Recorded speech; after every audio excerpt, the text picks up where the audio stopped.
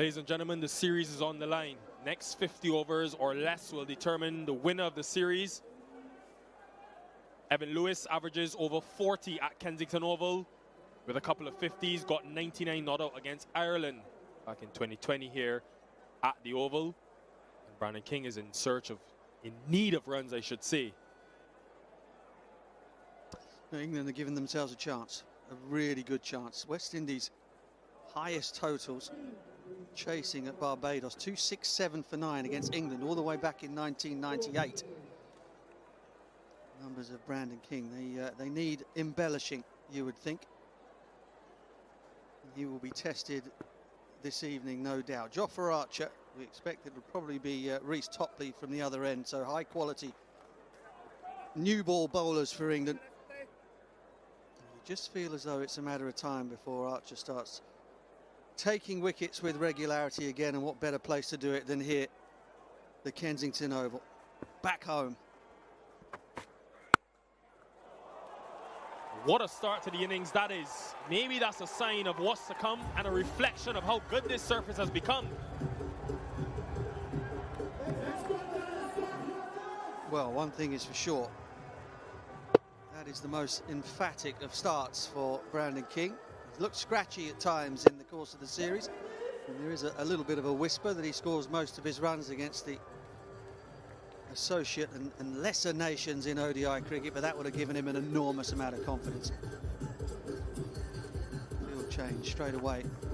One of the two men on the leg side has now come over to reinforce that extra cover region.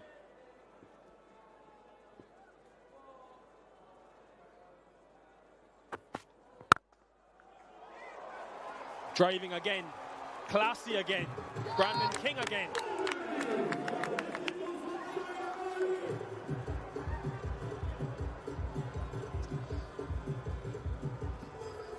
No, it's another full delivery. Archer searching for a bit of swing that is not there. Needs to drag that length back a little, but beautiful again through extra cover from King. England got Brandon King out driving to point last game.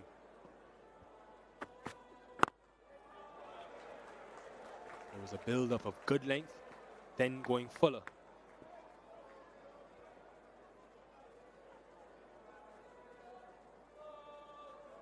Important series, but obviously for England, who are 7th in the rankings, and for a young group, could only imagine an overseas win in the first series would do amazing for your confidence. But for the West Indies, winning series against full member nations has been a struggle, a difficulty.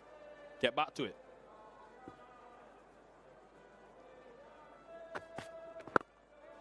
Only one series win out of 11, going back 3 years against the top 10 teams.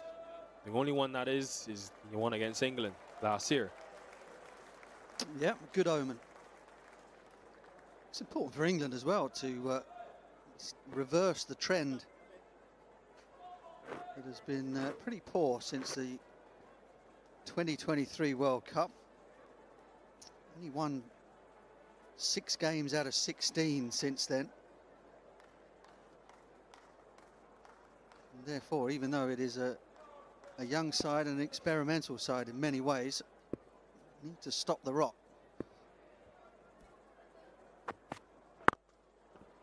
Couple of slips for Evan Lewis. We've seen this throughout the series. Archer's beaten his outside edge a couple of times.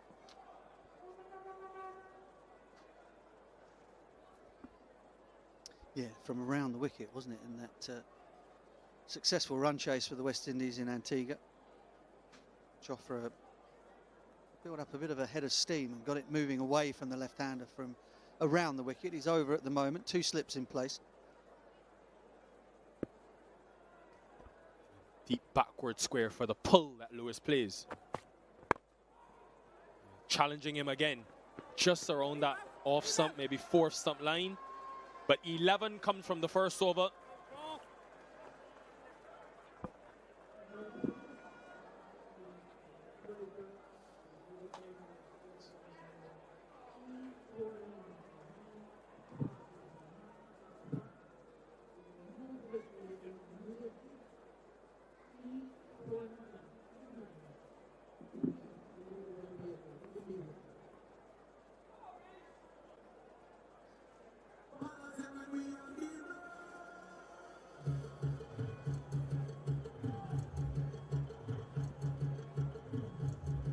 record start for the West Indies in search of 264. Remember, 9 of 11 matches at Kensington Oval have been won by the chasing team. Great to see Rhys Topley, who's had his injury difficulties. Think back to the last World Cup. First time he's playing a one-day international in the Caribbean. Played the 5 T20Is here at Kensington back in 2022.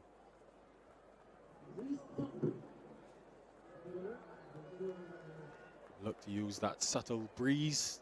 Take the ball into Brandon King.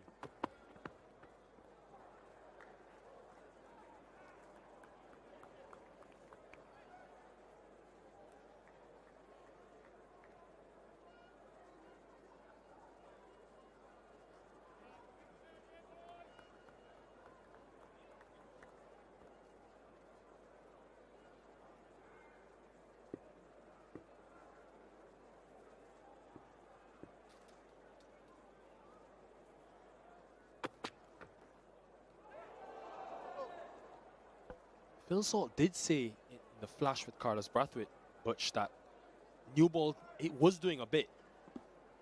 Yeah, it was perhaps the bounce, actually, the steepness of the bounce more than anything else. And that ball definitely climbed from Rhys Topley. Hit Phil Salt awkwardly up around about chest height. He tried to go fingers down, but it got big on him.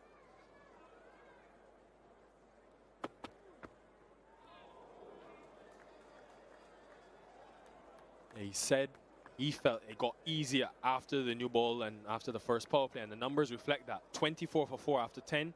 Every over from there, the next 40, they scored at 6 runs and over.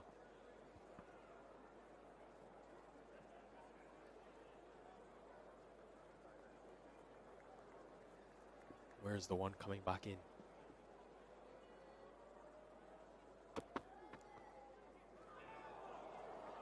Goes through him, so will be extra runs. Could be 4 extra runs. It will be. Not the best of starts for England. No, certainly not. A couple of half volleys in the first over to King from Archer. Topley does just get this one to swing back into the right-hander. Starts it way too straight. Pitched outside leg stump. Kept going. And unlike the previous delivery, that one stayed down.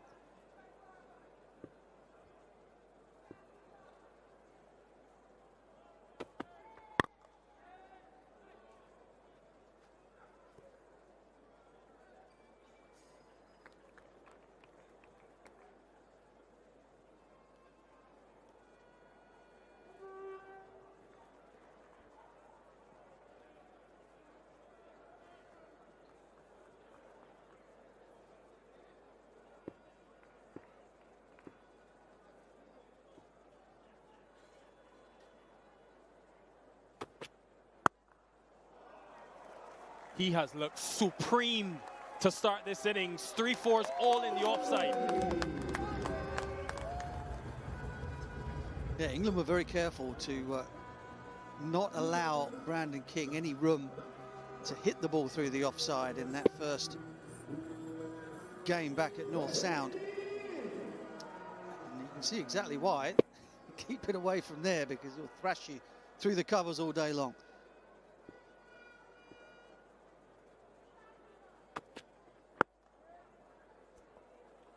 $20 for none.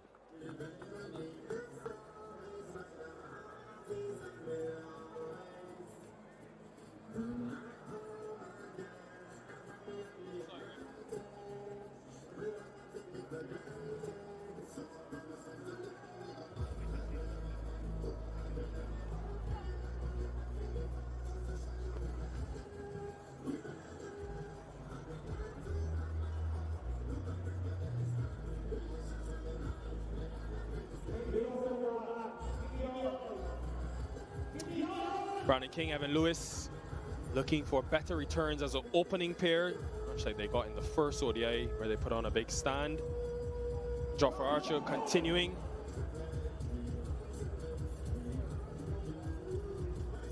Yeah, wonder if Romario Shepherd will be able to bat. Should he be required? There's an injury cloud over Phil Salt as well. Physio on the Phil, just looking at the digits of Phil Salt. He took a nasty blow in that previous Topley over.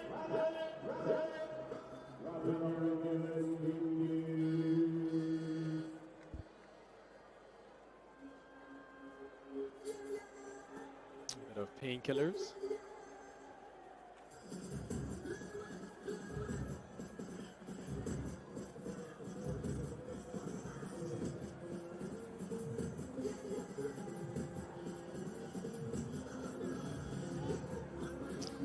This was the incident.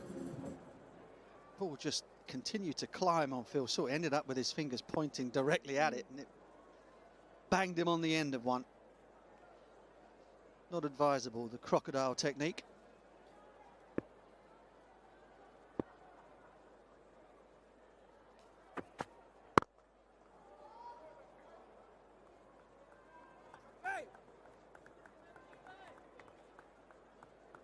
Well, in marked contrast to England's innings, the ball has hit the middle of the bat with quite a lot of regularity during the first 2 overs and a bit.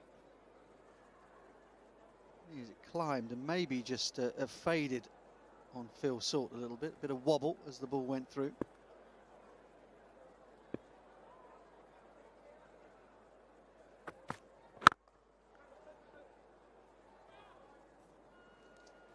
I think if you had to ask Phil Salt, which one place in the world other than England you want to play your cricket, he'll say the Caribbean. 200s last year, a couple of 50s in the ODI series this year, decent World Cup as well. Yeah, he's a much improved player. There's a much more all-round game in the last 12 months or so. Works extremely hard, absolutely loves it. Why wouldn't you? So commanding. Signature Evan Lewis.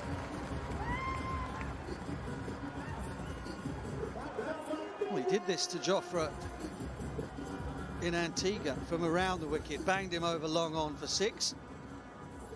Over the wicket, full. Same result. Archer very much worried, and the England bowlers will be concerned about getting a little bit on the short side to Evan Lewis because he's so strong on the pull shot. Now when they're getting it up there, he's banging it back over their head for 6. A conundrum.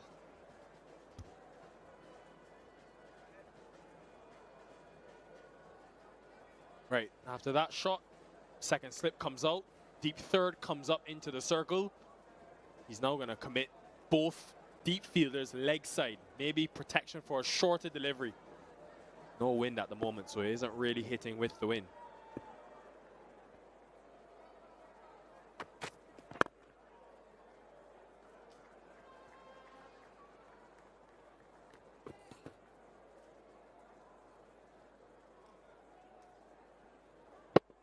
Right, time to find out a bit more insight into that maximum thanks to our Apex tracker.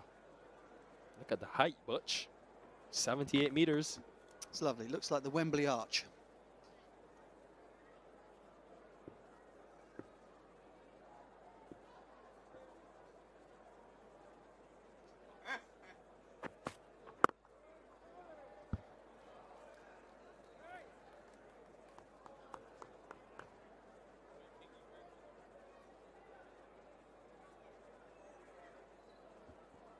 Well, not been the start that was prescribed for England. West Indies have not done anything out of the ordinary, simply put away the bad ball. A little bit of ill discipline in terms of line and length. Slightly puzzled look on the face of England captain Liam Livingstone.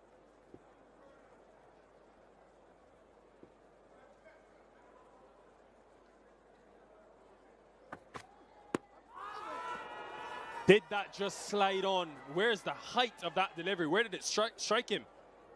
Now Livingstone is indicating that as well. Well, that was through him for pace. If it just stayed down a little, certainly nipped back, which is the delivery they're looking for to King. That's the end of the over. 27 without loss.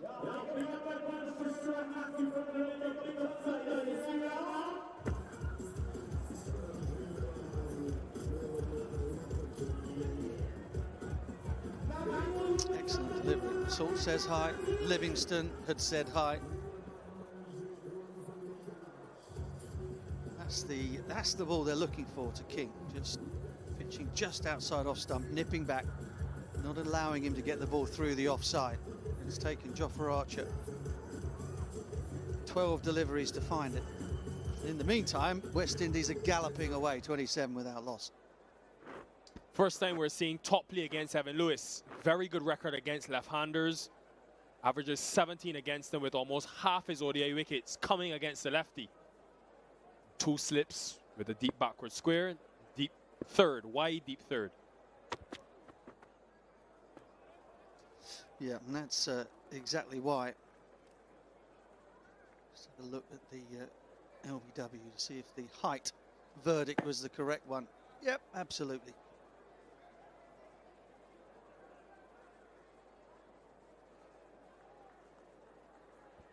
He must be saying, what do I have to do to get a wicket? 11 power play overs now without a wicket, Jofra Archer.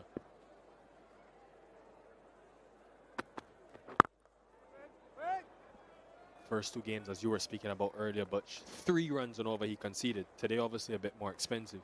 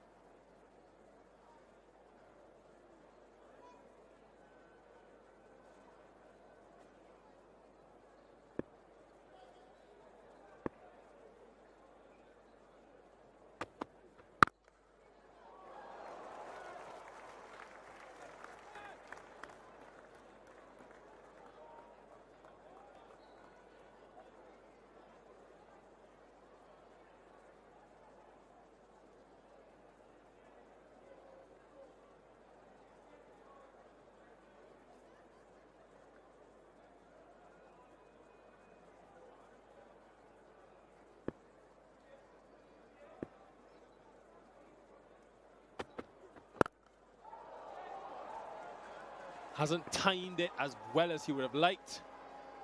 But no real danger there because both fielders behind square. Just always looking for the opportunity. Anything that gets around his right hip. Evan Lewis is just so quick to get the bat not quite horizontal, but to try and whip it over onto the leg side. That's why England sometimes have got a little over full at him. He's very, very strong there. I mean, as with any strength, it can cause your downfall. He wasn't quite in control of that one. He's shifting his deep backward square to almost a deep mid wicket in front of square after the last shot. So nobody is at short fine leg or deep fine leg with the 2 slips.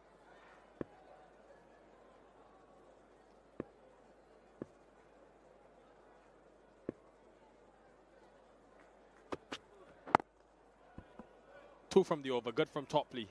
29 for now. Well, the starts couldn't have been more contrasting. West Indies flying along. Run rate is 7.25.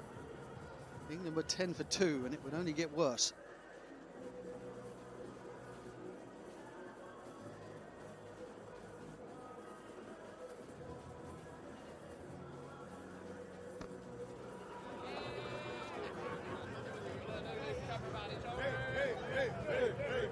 England 10 for 2 after 4. Not sure about that guy on the left in that shirt.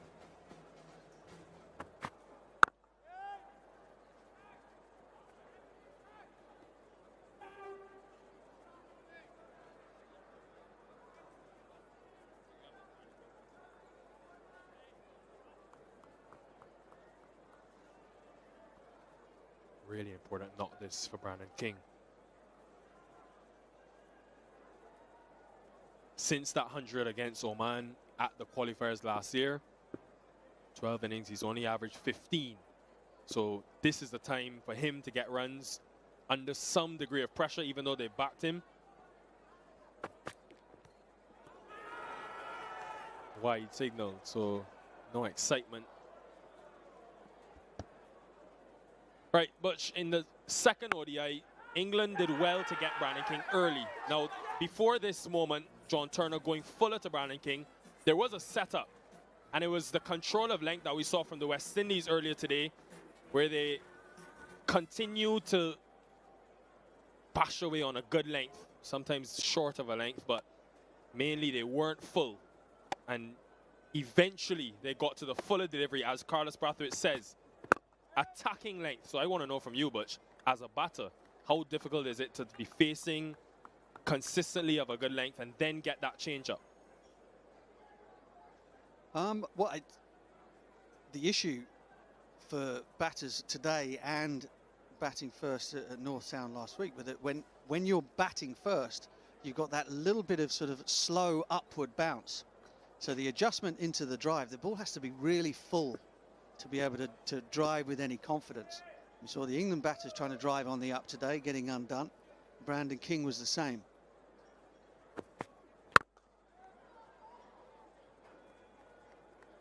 I think the difficulty for Brandon King was that England, in the first two one-day internationals, really managed to sort of nail down that ball moving back in towards him, cramping him for room through the offside. So when he saw that full wide delivery, he wasn't all that worried about the length. He just saw the width and threw his hands at it.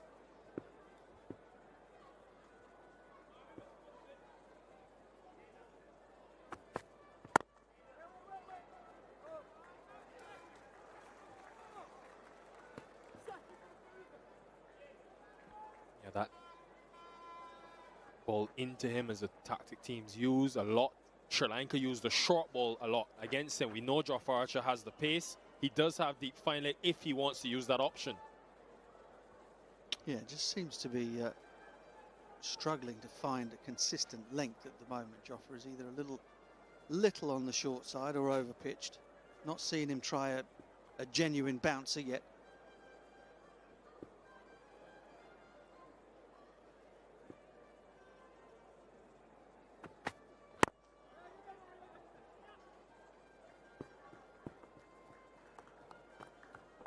Archer will be disappointed with that series of dots, feeling like he's building to something, and then King gets off straight.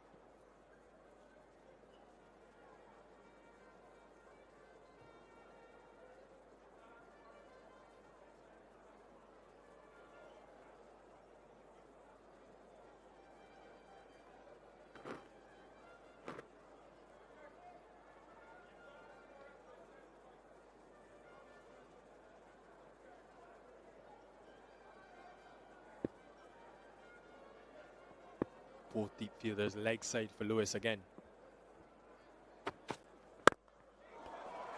Tries to bluff him by going full. Evan Lewis says, thanks very much. Read the plan like a book. 35 for now.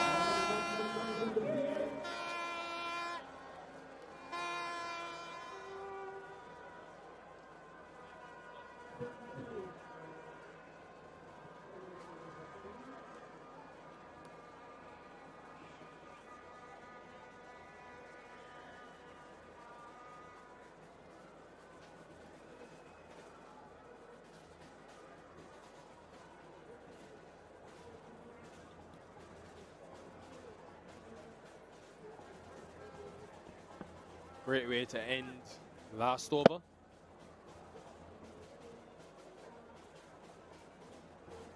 Yeah, again, over pitched. Dealt with.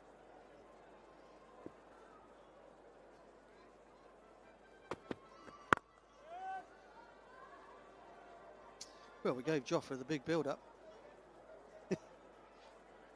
None for 24 from 3 thus far. Liam Livingstone will be thinking perhaps about a change. Just needs to get some control of this innings.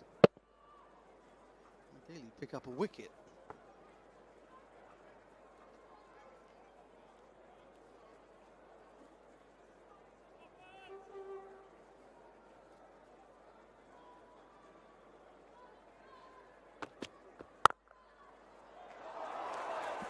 What an effort. Jacob Bethell, such an athlete.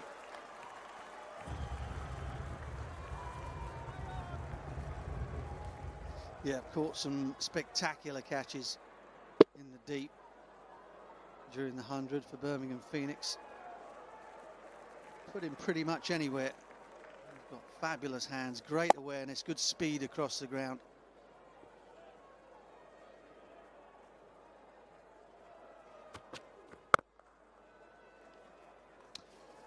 Jacob Bethell obviously spent his first 14 years here in Bridgetown, Barbados, so a special moment for him. His family's here, and many people will know his journey began in the under-13 competition, which happens every year, and it's organized by this man, Leslie Reefer. And Bethell won player of the tournament. He helped Franklin Stevenson win the tournament when he was 10 years old. So funny how the circle of cricket comes back around, Butch, and that's the Franklin Stevenson Academy. Almost a chance there.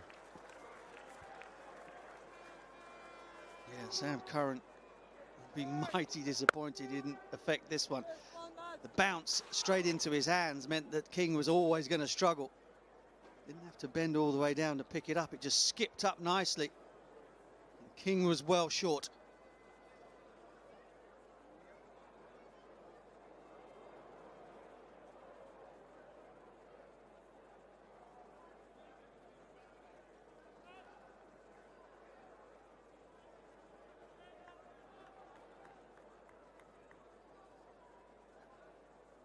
Can the West Indies continue to hammer on this advantage? They're well in front, well ahead of where they need to be.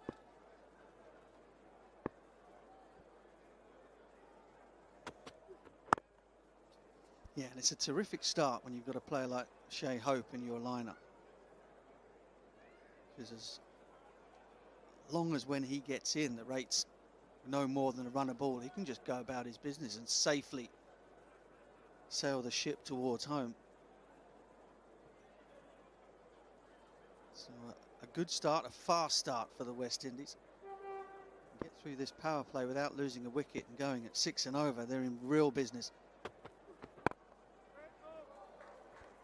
Nice responsibility shown by Evan Lewis. 36 for none.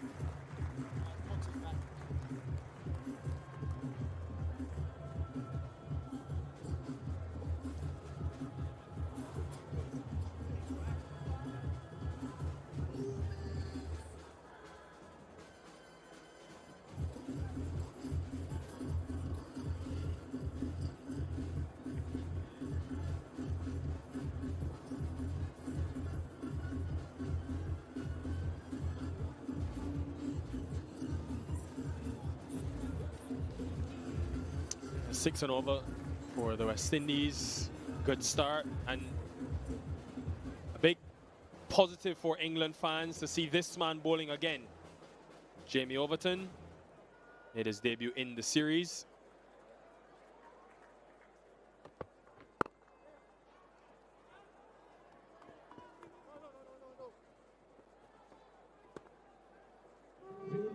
Yeah, hasn't bowled in 15 T20s. So Butch, this is a big positive for England. Someone who can hit the deck, take pace off, and obviously offer a lot with his batting as well.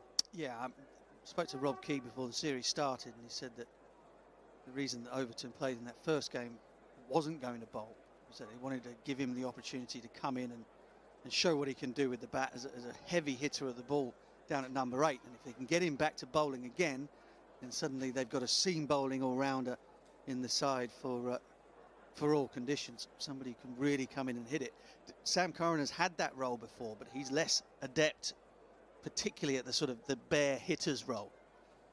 Much better when he's a little bit further up the order and has time to go out there and play.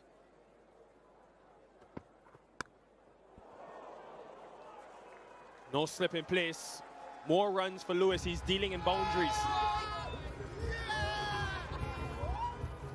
Yeah, benefiting from the positive start. When when you've gone out there and found the boundary and found the middle of the bat. Fielding captain gets rid of the catches, and then when you do make a mistake, 4 runs. Overton did a lot of work with now Pakistan assistant coach, bowling coach Azam Mahmood at his time at Surrey. Shortened his run-up and had just started to bowl really well. He was capable of 90 miles an hour in his younger days. Then he struggled a little bit with bowling sort of chest-high full tosses and completely lost his radar. Azza got hold of him at the Oval 2-3 years ago, shortened the run-up, got him a little bit more upright at the crease, shortened the delivery stride. It had started to pay dividends, and then that scourge of the fast bowler hit him with the stress fracture in the back.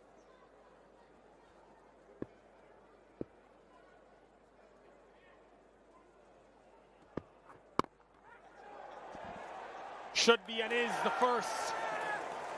And Overton on his return to bowling, showing his impact, hitting the deck. Yeah, surprised Evan Lewis this. Lewis wouldn't have seen much of Overton, if anything at all. And he probably thought, change bowler, I'll get on top of this guy.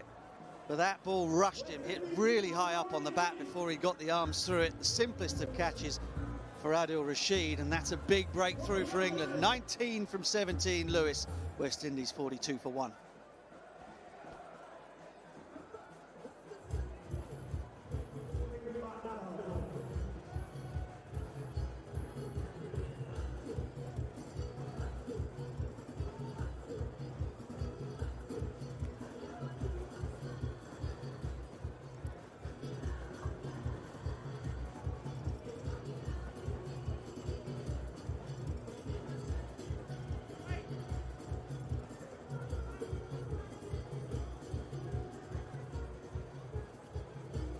Keacy Carty coming in off of 71 in the last ODI. 450s yet to get 100. Fastest delivery of the over from Overton. Yeah, just slammed it into the deck. Big, tall man, very strong. And that rushed Evan Lewis, and no mistake. He'd been imperious on the pull shot up till now. And that one caught him out.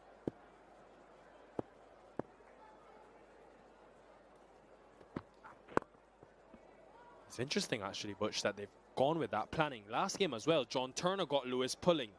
And Lewis, renowned around the world, as you just said, as a great puller of the ball. But England have developed a plan to go short to him, and it's worked. Well, yeah, as I mentioned before, strength can be a weakness, because every time you see it go in there, you go after it. Whether or not the ball is quite the right length. On this occasion, it was clever from Overton, because it just went across him. So not only did it do him for pace, but it got a little bit wider on him than he was expecting.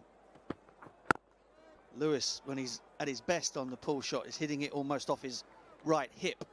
But that ball got just the other side of his body. It meant that he had to try and drag it a little bit. The combination of that and the pace that he wasn't expecting sees him sat on his backside in the dressing room.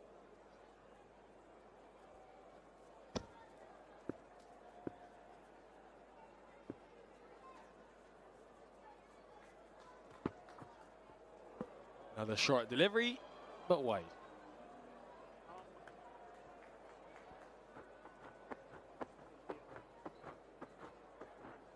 He can be such a valuable asset with his finishing in both the white ball formats, if they can get him back to full fitness.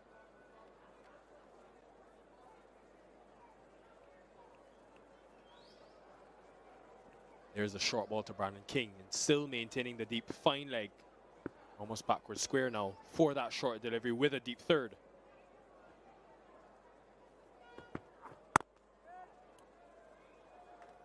.44 for 1.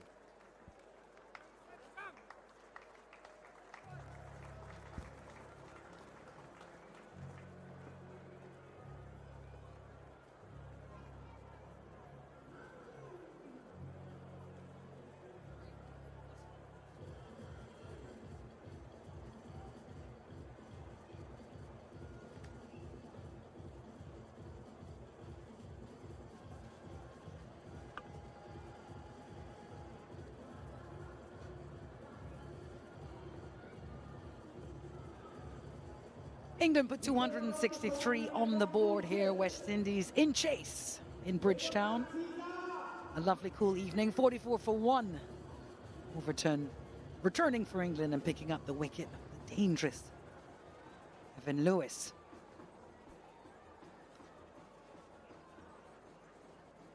Reece Topley's been good, parsimonious so far. Thomas Brathwaite beside me. Yeah, good start for him. First ball on the tour. He's impressed.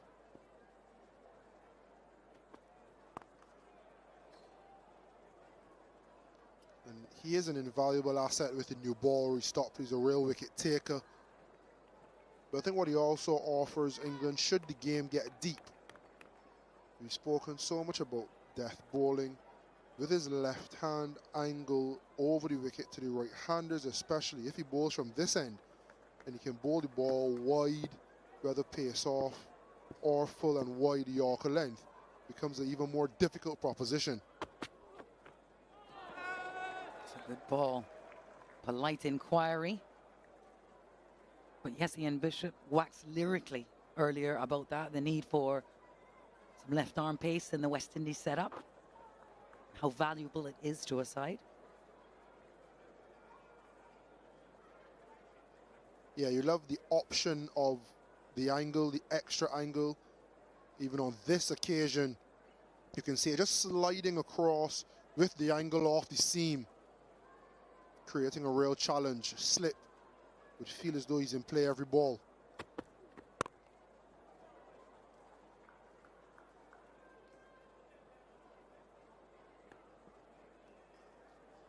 Well, we've got an intriguing encounter on our hands here. Just having a look here to see if there was any bat at all. Series locked 1 apiece. This is the decider in Bridgetown. West Indies started beautifully with the ball, put England under all sorts of pressure, and it was a fight back. It's a good total.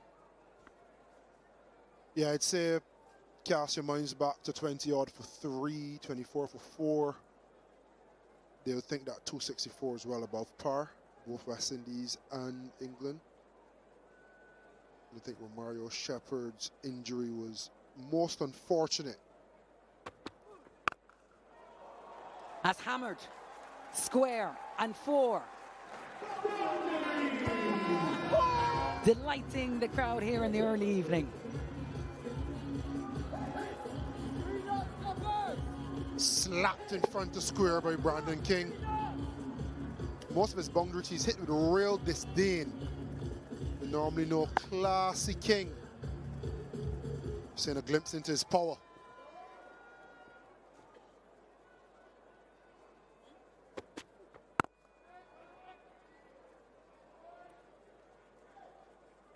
Eight gone, 49 for 1.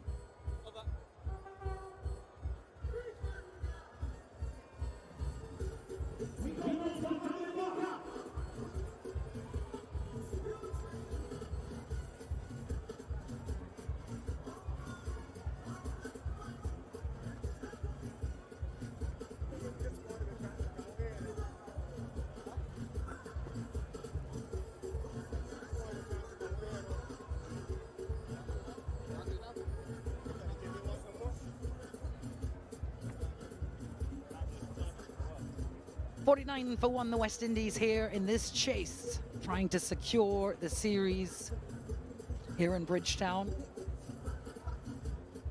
Keacy Carty, 2 off 4. Brandon King, 20 and 16 of those runs off boundaries.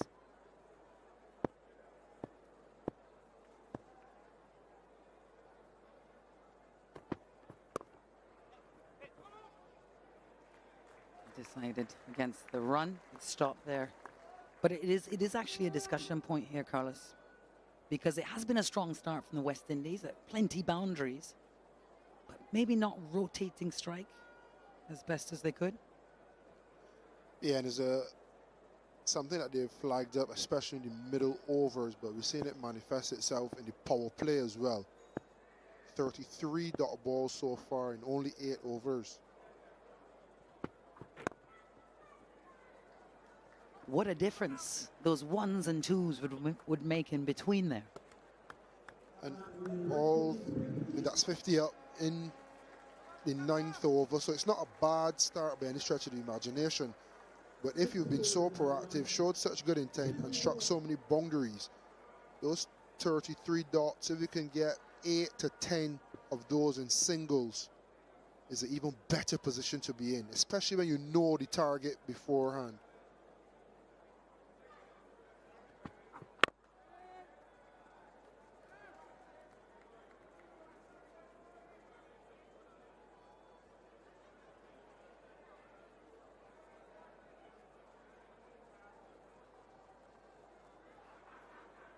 Jamie Overton back with ball in hand, picking up a wicket in his first over. Very dangerous Evan Lewis.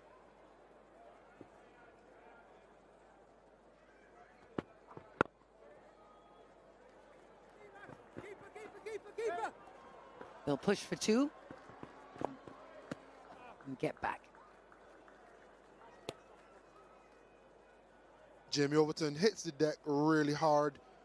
Played with him in January, and you in the practice, and when he bowls through, you actually hear the ball hit the pitch, a loud thud. This is Evan Lewis, John Turner from around the wicket, and then Jamie Overton from over it. 2 different angles, 2 separate interception points. And for someone who's so quick and so good on the short ball, I'm not exactly sure if it was a plan to him to get him up with the short ball, or the plan could have been to set him up with the fuller deliveries, drag his weight forward, and then give him a shorter delivery with his weight all over the place. We always remark about the short ball, how important it is. Sometimes the short ball doesn't get the wicket. On this occasion, it does. You drag him forward and then push him back, knowing that he can't resist. And then he comes back on this length, jogging it back to Brandon King. Very expressive. Bit between his teeth, out of the game for a bit. Loves his bowling, loves his cricket, and would want to make an even bigger impact than he has done so far with our 1 wicket, Evan Lewis.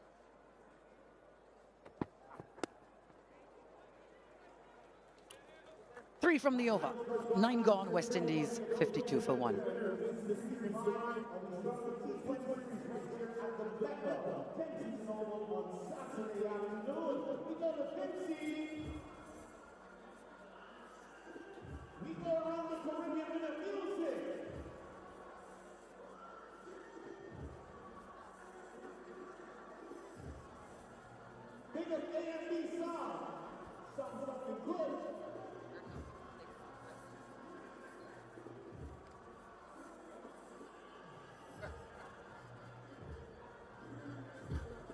Brandon King, 22, knocked out. Keacy Carty with him there, 3 off 6. 52 for 1, the West Indies.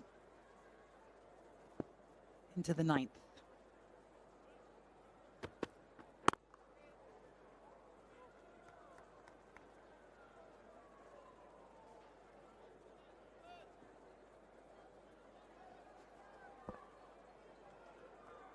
Keacy Carty, the youngster. Between these two, Brandon King, it will be a crucial knock for him. He's had a difficult time this series. 30 off 56 in that first ODI and just 7 off 10 in the second.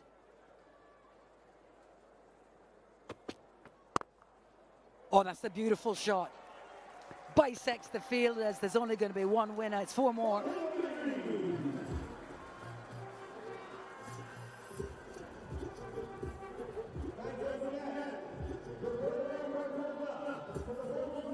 Hit on top of the bounce, up on his toes. Aesthetically pleasing from Keacy Carty. Beautiful stroke. Angling away from that point fielder.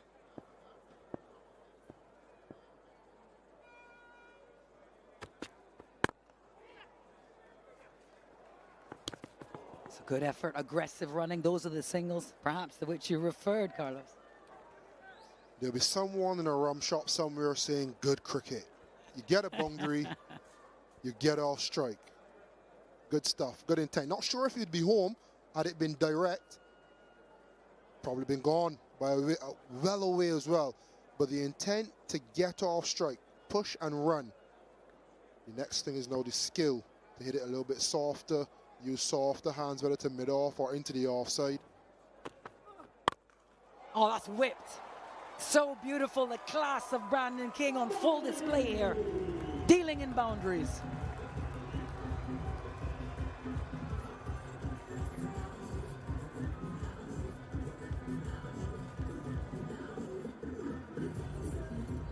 Once again in front of square, picking up the length, rolling his wrist on it. So no intention to go upward and go for 6. Always wanted to keep it down. He's seeing it as big as a breadfruit, Brandon King.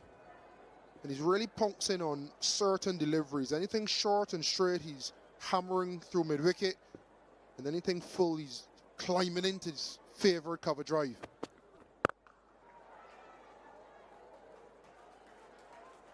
So I think it's been quite measured from him. He's identified a couple deliveries, couple scoring areas, and he's maximizing those. The challenge to him now is, can you just rotate in between those deliveries? You look at this over, it's gone 4-1-4. Had it been 4 ... the bowler is back in the ascendancy.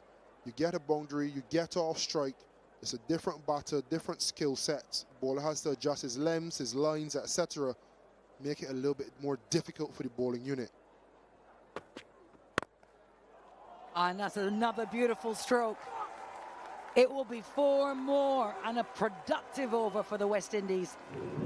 13 from it, 10 gone, the end of the power play. West Indies 65 for 1.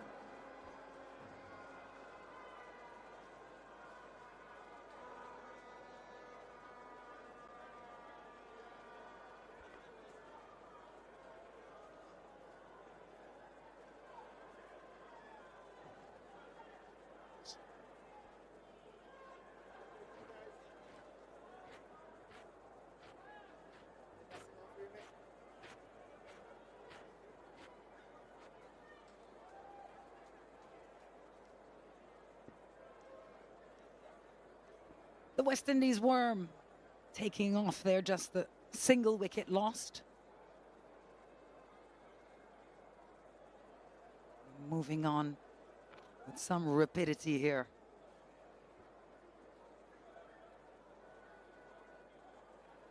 Very different start, of course, from England, with the benefit of having a target to chase.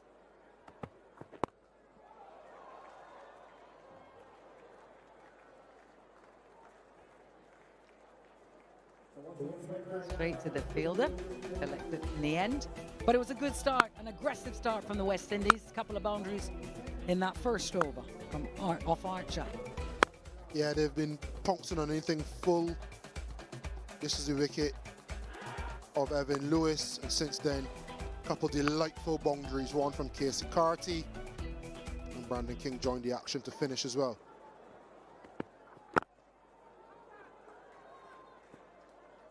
It's a good ball.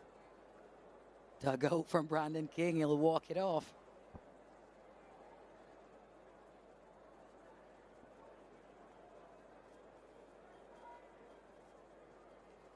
$25 for 4 at this stage, England. It was all going wrong for them. Did a tremendous job to build the innings after that.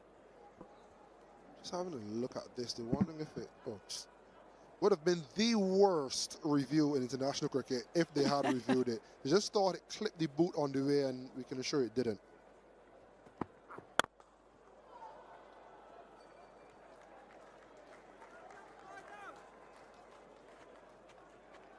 So this is the power play comparisons. West Indies seamers, we lauded them for the consistency and length.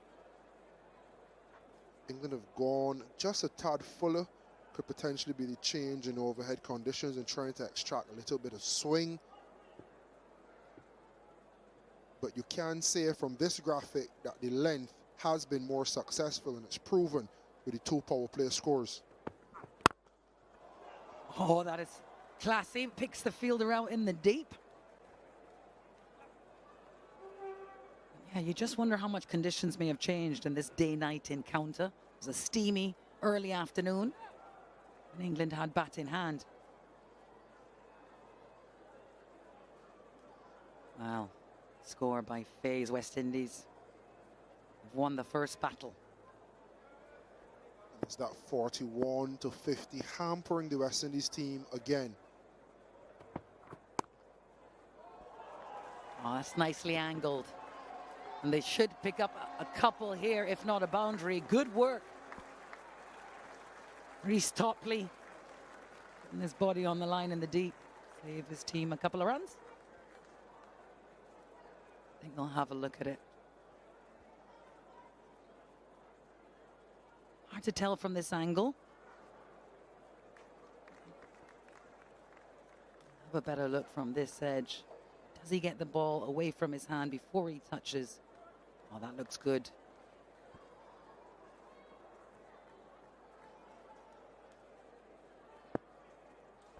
Just the 2 runs.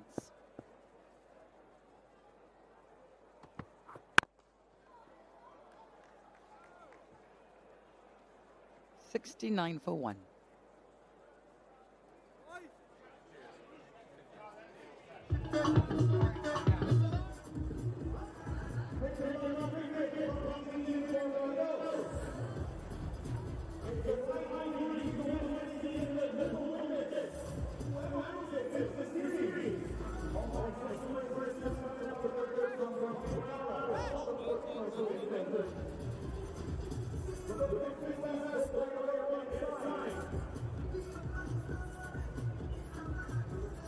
Current action at Kensington Oval. The great Brian Charles Lara signing copies of his book.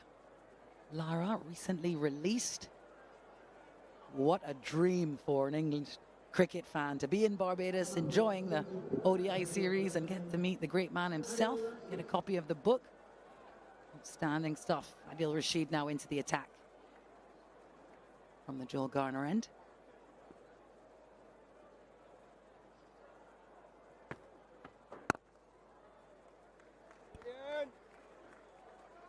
First spin of the innings. Interesting to see how King and Carty go about their work.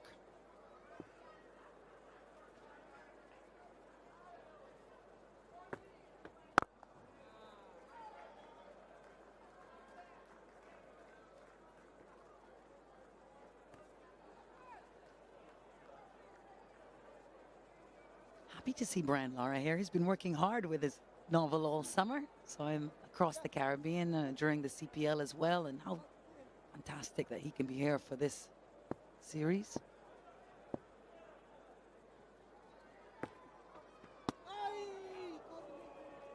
Yeah, legend of the game. Done so much for West Indies cricket. It's good to see. A couple of famed innings against this opponent. And now he's able to share those stories with his book. And along with helping them relive those knocks and those experiences and the memories that you'd had watching the great man. You have the opportunity to have a collectible photo, signed copy.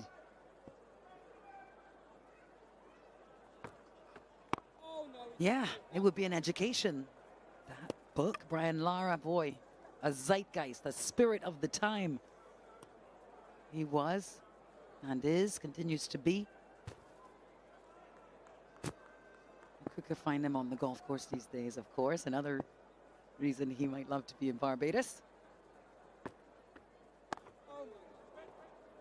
Tight over, just the 1 run from it. 70 for 1.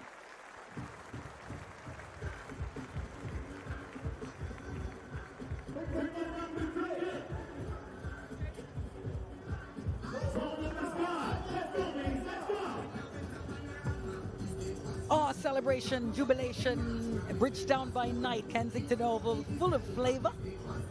Music, of course, rhythm, and beautiful carnival costumes. Oh, there's some cricket as well. 70 for 1, the West Indies. Nice festive atmosphere around this ground this evening. Manages to find the fielder. We'll get the 1 run. Yeah, interesting to see the tactics England will employ. From this end, Jamie Overton has been hitting it into the deck. This is 4th over. Be interested to know how much more he can bowl. Then if someone follows him, will they have a spinner and go double spin? Or would they use the pace and try to go head high, go short a little bit earlier than they did against Keacy Carty and Antigua? Oh. Yeah, you mentioned how many more Overton may be able to bowl. Might be a case of workload management, having just come back and able to bowl. And now with injury. Yeah, so they've gone cutter quite early there. I'm not sure if I'd want Jamie Overton bowling cutters. I think his skill set is best suited on this track to bowling hard length. And it's okay, I guess the odd cutter is fine.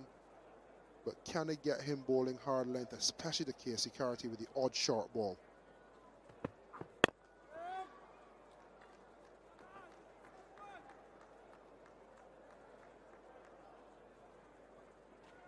This partnership rolling on to 30 runs off 37 balls between Brandon King and Keacy Carty.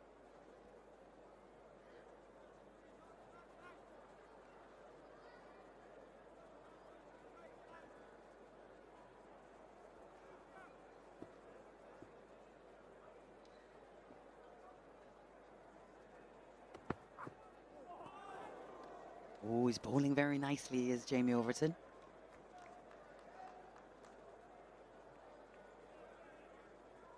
Giving these 2 batters a lot to think about.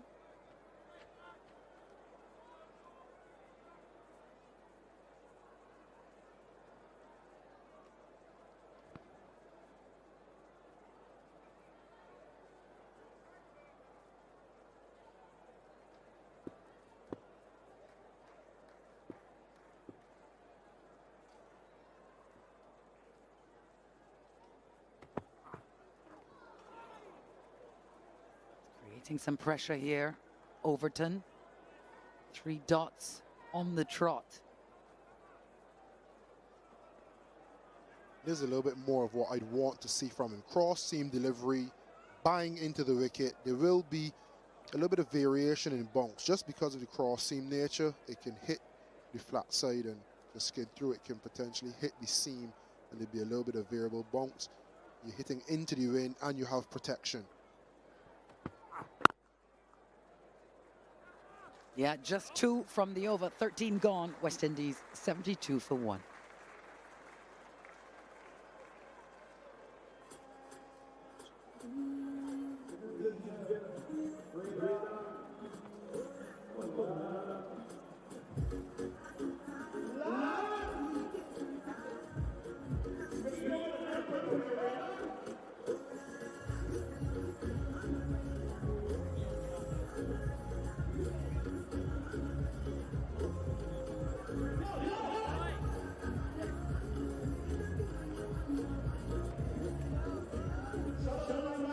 Jamie Overton with the sole wicket so far for England. West Indies 72 for 1 in their chase. 264 is the target. Will Salt, Dan Mousley, Sam Curran and Jofra Archer. What a cameo. 38 off 17 for him. Very useful runs for England. None for 1 off his first, Rashid. Adil Rashid, a good matchup for most right-handers in the world, especially to Brandon King, however. Versus leg spin, 14 innings, 10 dismissals, an average of 10.4. And Ian Bishop always remarks about having the option of a sweep or a reverse sweep. Brandon King has only played the sweep to 4% of deliveries in his ODI career. 39 runs off 23 balls, so not a bad strike rate, but been dismissed 5 times. And that could be the reason it's deterred him but can the option be to get better at it? We saw how effective it was for Dan Mosley being able to sweep, to reverse sweep. Although Sam Curran doesn't play, just the threat of it forced mid-off up to keep 3 fielders back on the leg side. Can, as West Indies batters,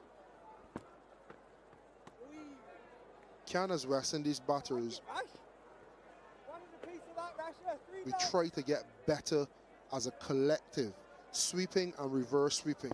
Can that help aid the quest to bat less dot balls in the middle overs? Yeah, very much the modern game, isn't it? Creativity.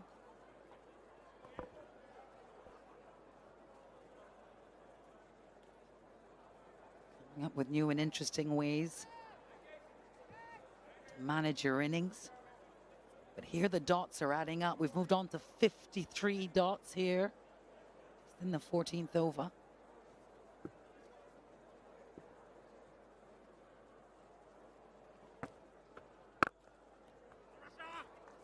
Slows down scoring for sure. But of course, also puts a lot of pressure back on the West Indies. And will buoy the English bowlers.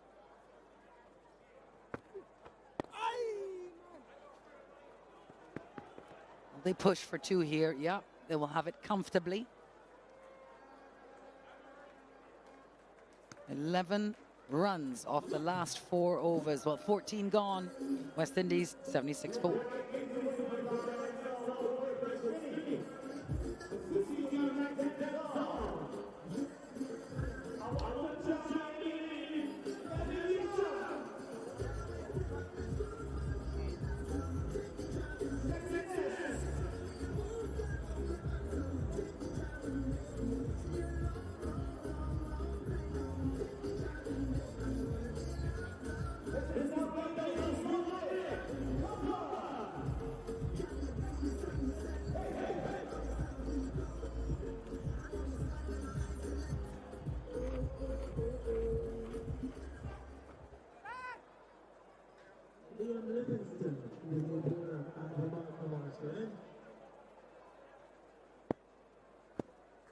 Liam Livingstone. And straight away, he gets a wicket, the captain. He's reviewed straight away, so we will see, but he's had his difficulties against spin in the series, Carty.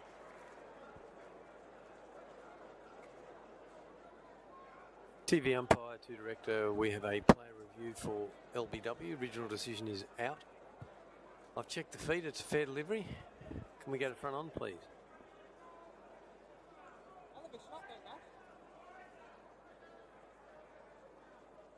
Front on coming up now. Thank you. It's gone very close to the bat, so can we go to ultra edge to see if there's any bat involved? Thank you.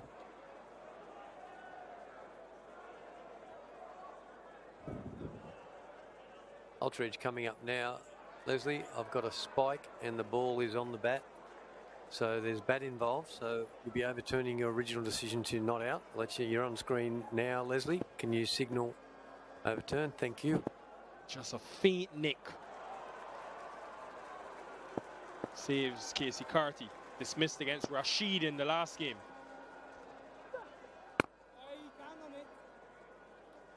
Brilliant! Come on then, Libby. When's the next sweep coming? Aye, man, Libby. Did well to ride the bounce. Boundary for Carty. Hello to Ian Bishop.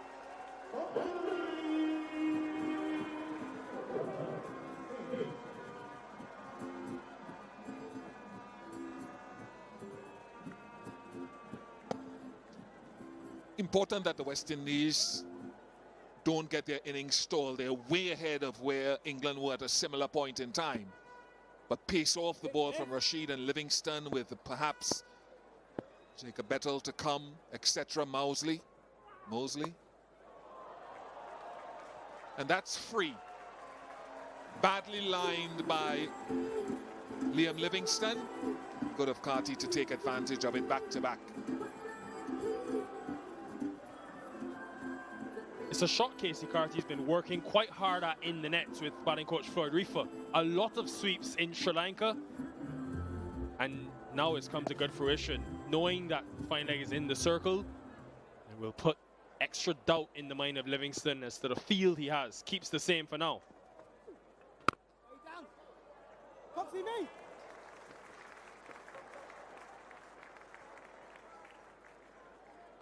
In his career, Carty, he's been a lot stronger against the pace, but last couple of games he's shown signs of improvement against the spin.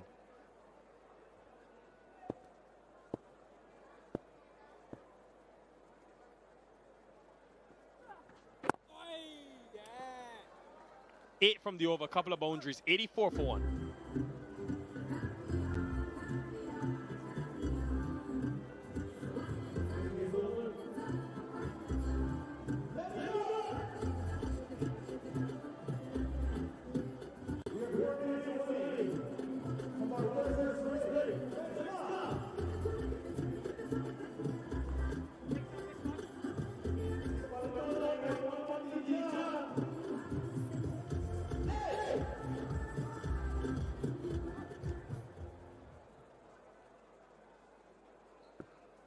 Rashid.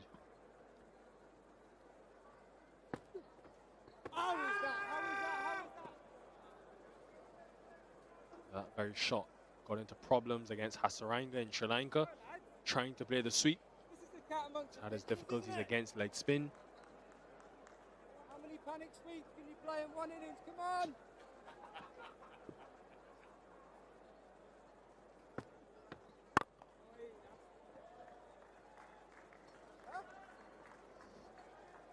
Might be Phil Salt behind the stumps asking how many sweeps can he play in one innings, or attempted sweeps, panic sweeps.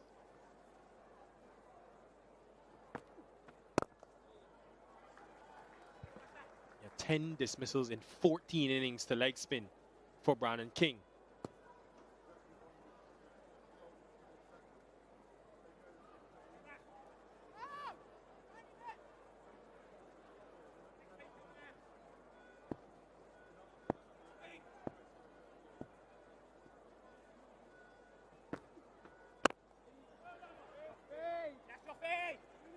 I think what's been good about Rashid, and you expect this from him, is his control of length so far. It opens up the googly coming through the gate, but also the outside edge if you can't quite reach when you're pushing forward or driving.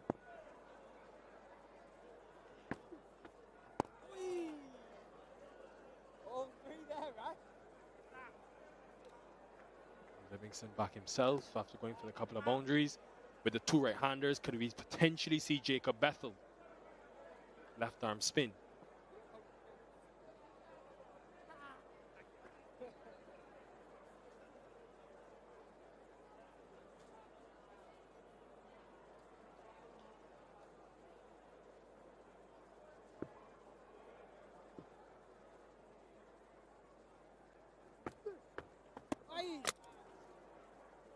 Very good from Rashid. 2 from the over. Bit of pressure building. 86 for 1. Time for everybody to have a break. Time for the Blue Waters drinks break.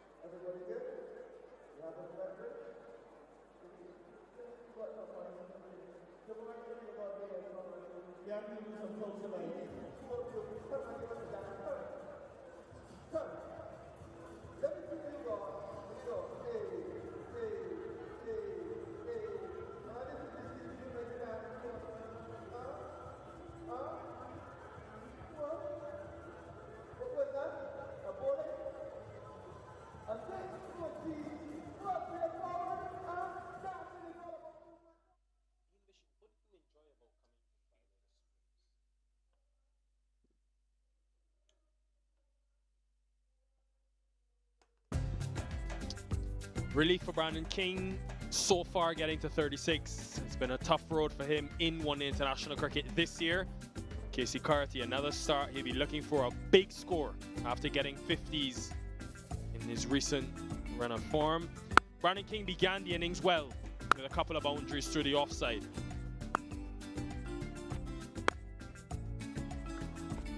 Lewis started to find a little bit of his range as well. But then that pull come hook shot, oftentimes it's paid benefits and dividends for him, sometimes it doesn't. King still there, even though he's slowed a bit the partnership. 44 from 59 with Carty on 22.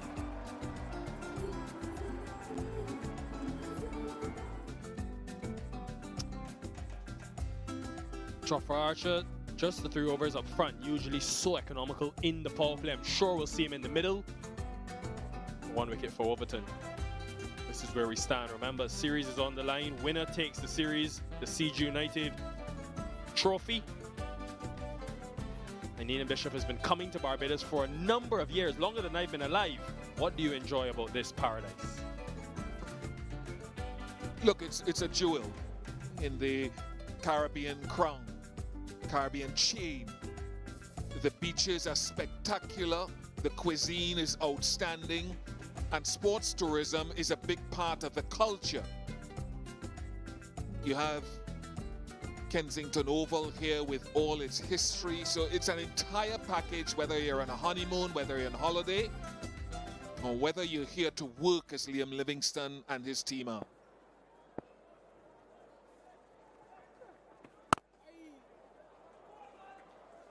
Should be a couple.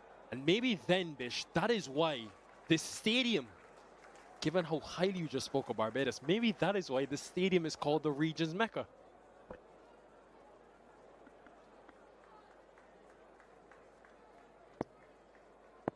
Illustrious names to live up to.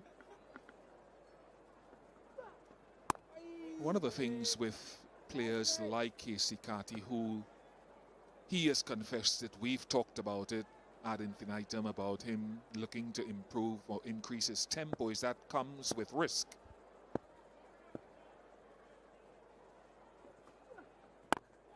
Catch it! Oh. And it's a simple analogy you can allude to. I know there's discussion around Shea-Hope as well. The faster you drive is the less margin for error you have when you're driving your vehicle. If you stay within your ideal cruising speed, you can maneuver the obstacles better.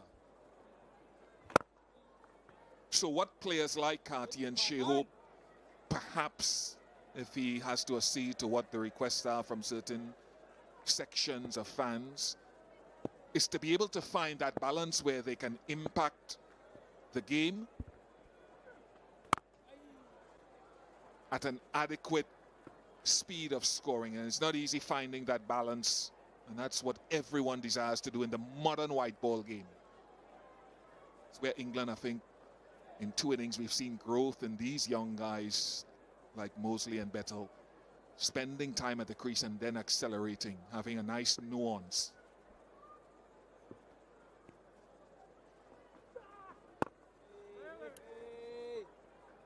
.91 for 1.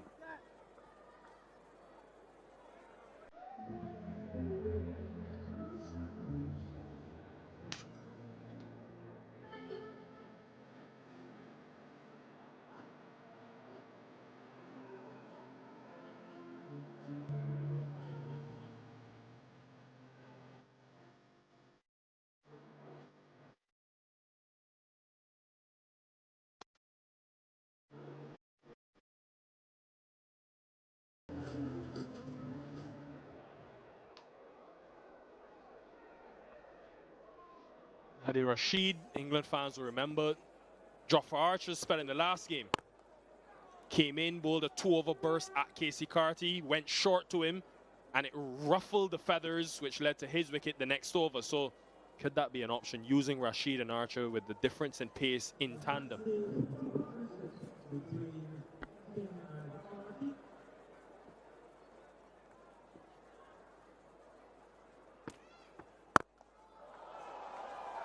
He's had his difficulties against leg spin. No challenge there though. Straight and 6. It is a top shot to bring up the 50 partnership. It was too close. I've spoken about how dutifully and meticulous Rashid has been about his length. On that occasion, too full. And well played, so you can expect Rashid to probably make a slight adjustment, not too much.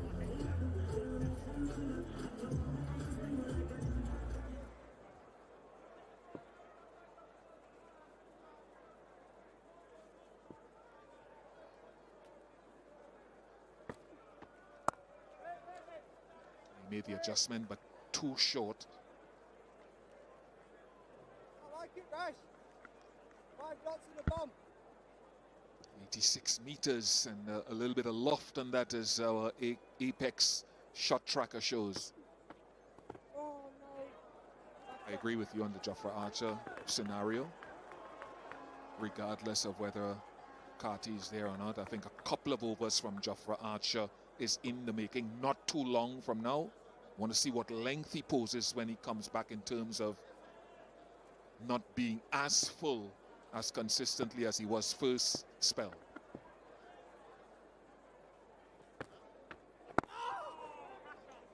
Maybe because he didn't bowl his usual 4 or 5 over spell in the power play. You can go to him now for these 2 earlier than you would have scheduled if you're Livingston.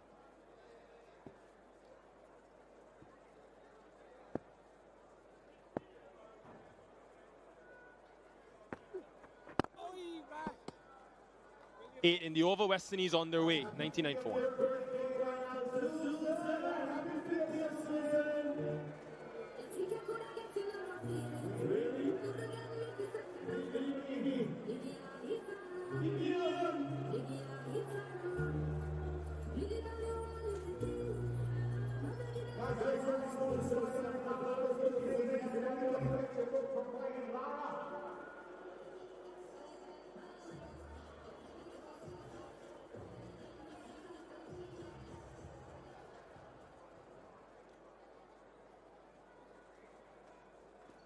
It will still be Livingston.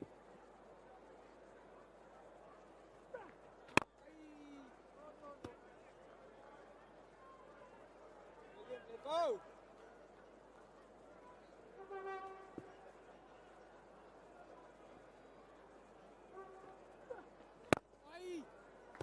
Top job, boy. 100 comes up in the 19th over. Jofra Archer got touch full and was driven a couple of times down the ground by Evan Lewis in that first spell. Nothing is wrong with generally being up there, but his stock length will work wonders. And this will surprise no one. I'm not averse to the couple of short balls in and over, because I think when you're talking about looking to get wickets in this format of the game or T20s, that short ball is a real option given the limitations of the field set. Well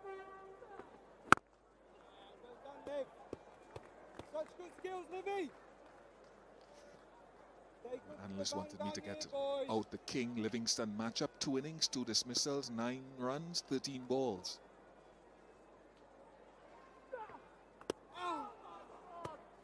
May have been a nick there, judging by Livingston's reaction. He did edge it. Whether it was a big deflection being played off the black foot, which would have made it difficult for Phil Salt standing up, as you would do to the spinner. Yeah, it looks like it might have been a slightly significant deflection.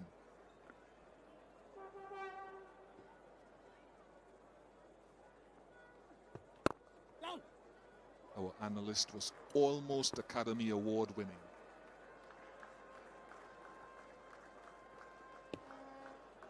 $103 for 1.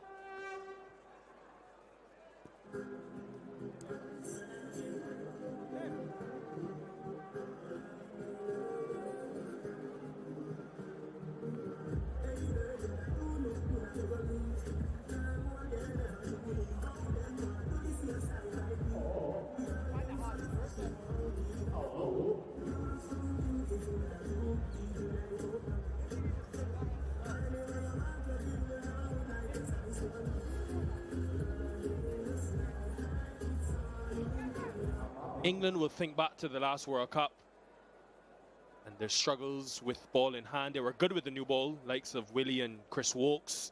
But where they struggled was the middle overs and taking wickets in the middle. Averaged over 40 per wicket between overs 11 and 40, where we are now. So Rashid has been a stalwart in the middle, great fielding for a number of years. But there's an opportunity here, folks, for someone to develop themselves into that middle over wicket-taking role, whether it's Jofra, whether it's Rhys Topley. Turner bowled well with his different skill set in the last couple of matches. But it has been a struggle for them. They ranked 7th out of the 10 teams at the World Cup. And in this series, they've only taken 4 wickets at 76 per wicket in the middle overs, that is.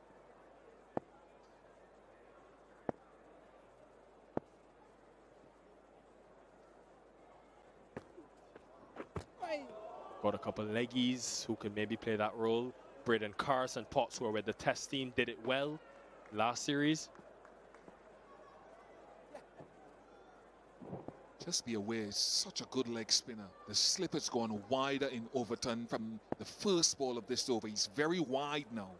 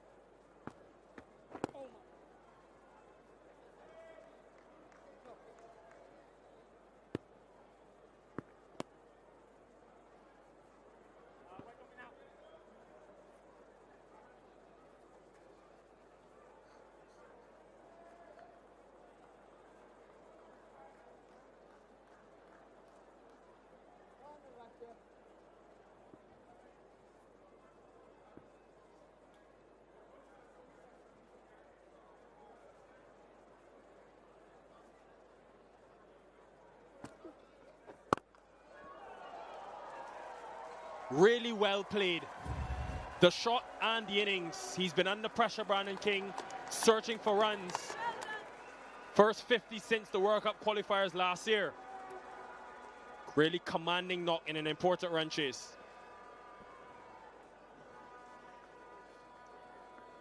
It's been 13 innings, including this one, since he's hit that landmark you talked about, since that 100 against Oman. And you'll be hoping that, look, he can kick on and get 100. Get something significant. His team needs it. And he's done the hard work and he's gotten in. And when you've had a poor run, as we always used to say in the dressing room, don't waste good form or a good start.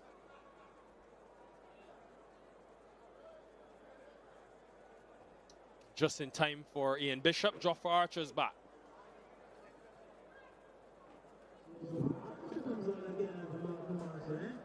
Mentioning it again, he bowled a short ball to Carty, created 2 opportunities, not taken. They dismissed him in the next over, but he's got deep fine leg and backward square with a deep third and deep point.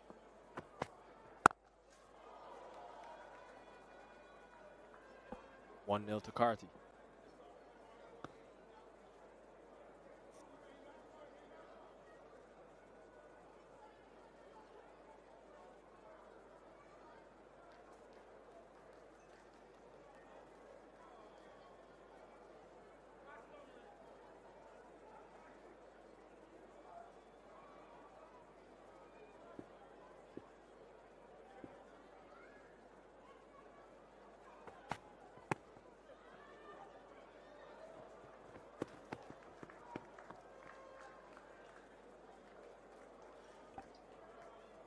Bish, one thing I've enjoyed, and first of all, talk us through his action.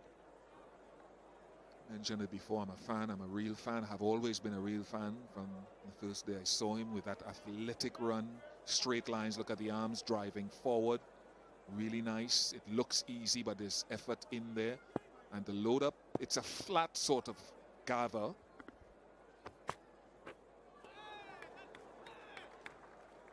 But he gets over his front leg so very well, and the head position is very steady. So what you find with all of that and the flick of the wrist, is that at his best, and I empathize with the injuries that he's had, he gets over a lovely brace front leg with a quick arm, and therefore he generates bounce at his best, that kind of three-quarter seam there as well.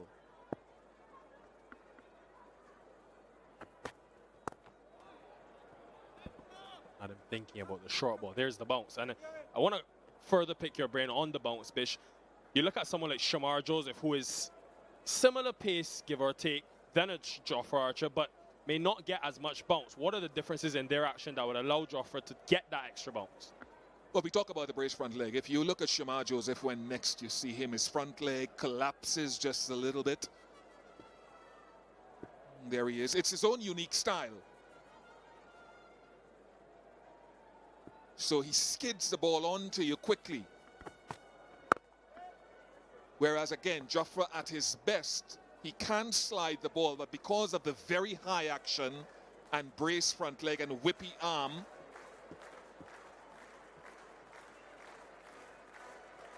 the head doesn't fall away too much, the left arm doesn't fall away too much at delivery. Pre-injury, when he was at his absolute best and he's still good and working his way back, that bounce was from a less shorter length than, let's say, one or two other bowlers around the world. So you don't know whether should I duck, should I hook, should I defend?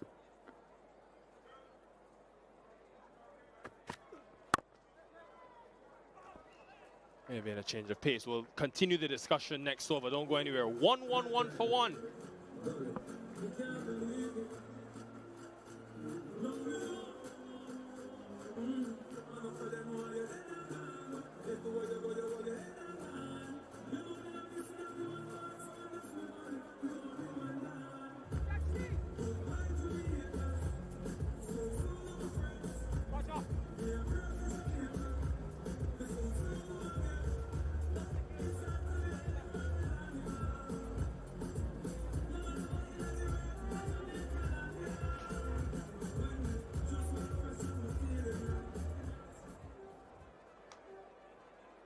One for 1, and England using that tactic of Rashid and Jofra Archer, difference in pace.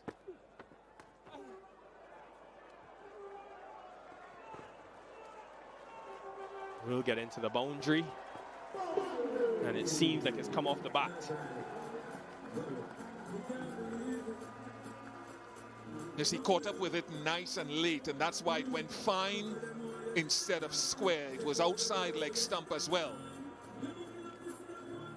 So that's good technique on that occasion to pick the line and just paddle it around the corner rather than hitting it out to deep square leg where there's a fielder.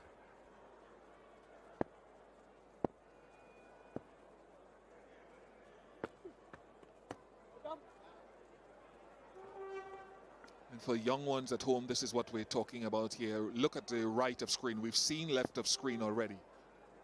Right of screen, look at how he gets over that very tall.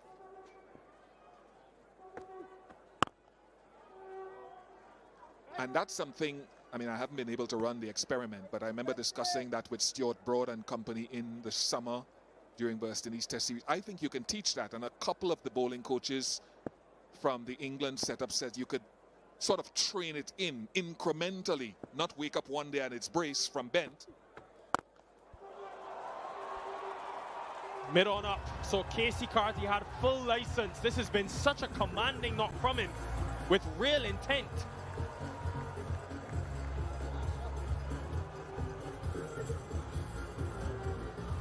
And we've seen the sweep behind square from him. Now we're seeing the slug sweep. He'll want to, as we say, continue to maintain this. He's getting starts. How deep can he take it?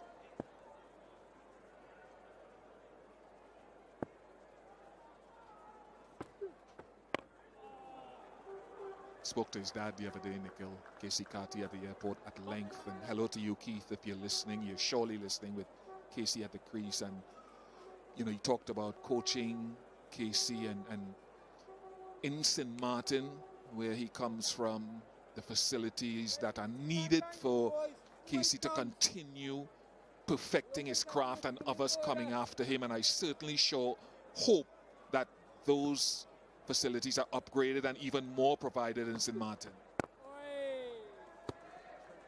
Growing up in Coal Bay in St. Martin, Keacy Carty, 1-2-2 for 1.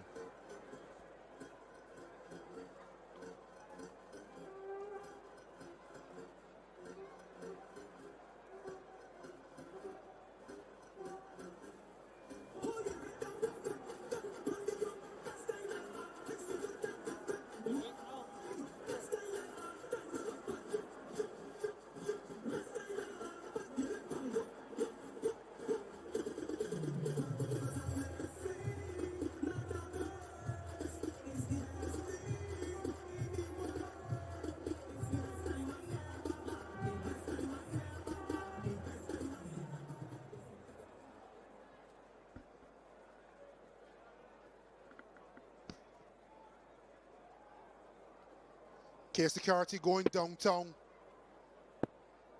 Apex shot tracker. Recorded it.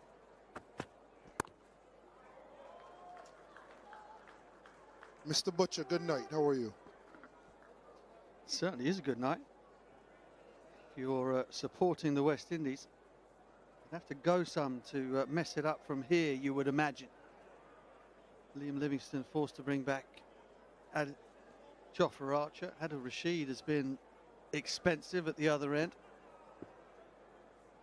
No alarms for the partnership of King and Keacy.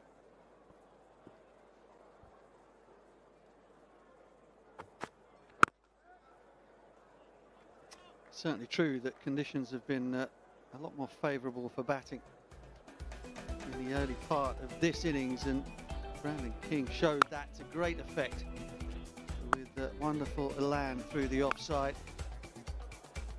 Distant memory, the struggles of that first one-day international back in North Sound. Magnificent strike down the ground off Adil Rashid. He'd had his problems with him too, but not today, not tonight.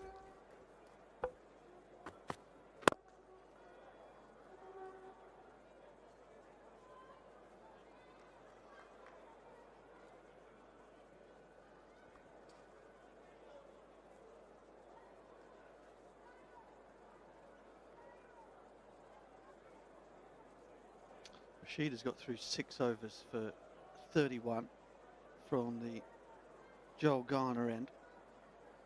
Just feel it might be time to bring back Reece Topley, and they've got to break this partnership, which is 81 from 98 now.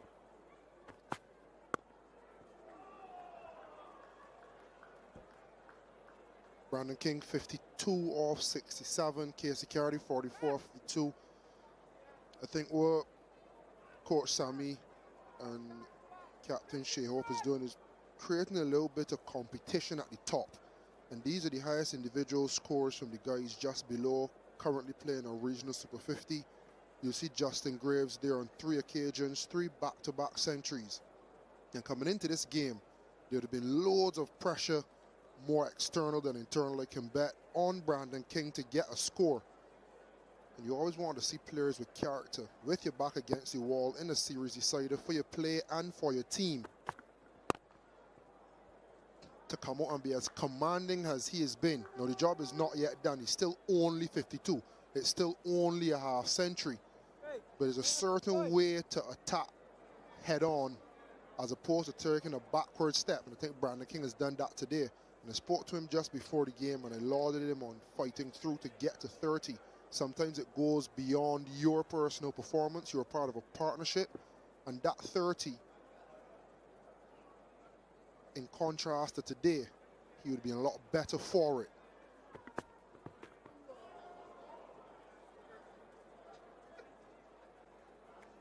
End of the over. The time ticking away for England to get back into this one. 125 for 1.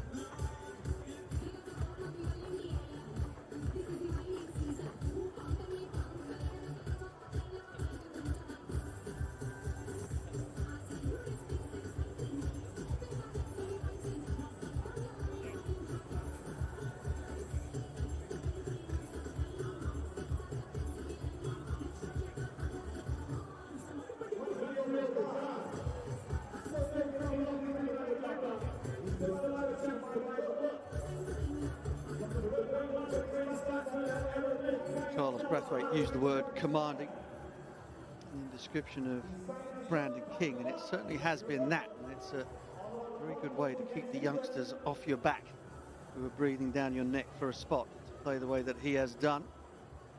Liam Livingstone does go for a left arm seamer. It isn't Reece Topley, it's Sam Curran. He's had an excellent series with the bat. He's been a peripheral player really with the ball.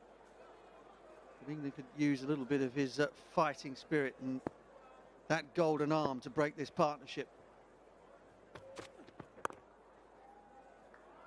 I think for the West Indies is they have the rate under control to an extent that they don't have to go chasing after good deliveries.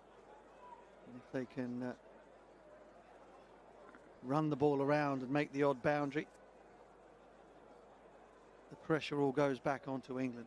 Sam Curran perhaps more effective in T20 cricket because batters are having to go after him, trying to score at a higher rate. At the moment, he is going to have to remove one of these two, unless there's a brain fade out there.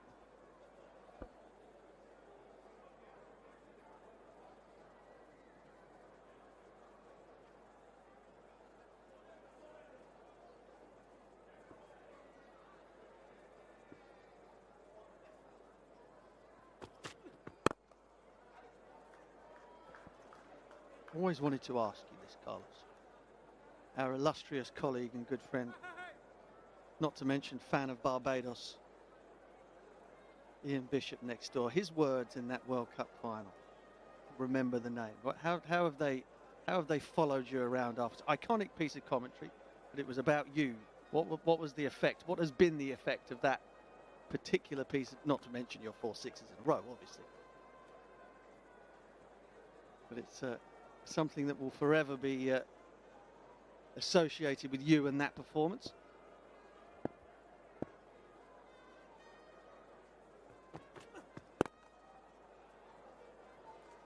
Felt like a weight on my shoulder for a number of years. Initially, obviously, you didn't hear the commentary, so you're just reveling in the moment, and then you watch it back. You've heard it since. Well, I mean, I'm guessing. Times. I'm guessing not only have you heard it since on replays, but you might have heard. You know, you'd walk into a restaurant and someone would. I bet. Exactly. But funny enough, I was in an elevator sometime and someone mentioned it, and someone else in the elevator was like, "Is that the only thing you've ever done in your life?"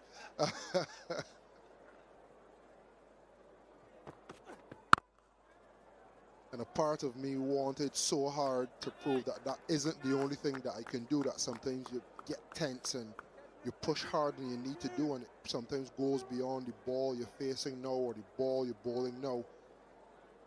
And I think no one ever prepares you for that level of overnight. I call it interest, not necessarily fame, because it can be infamous as well. But when you go from no one knowing your name to cliche everyone remembering your name. Oh, wow. Oh, my goodness, he's hit that hard. Commanding is as commanding does. Beautiful from Brandon King.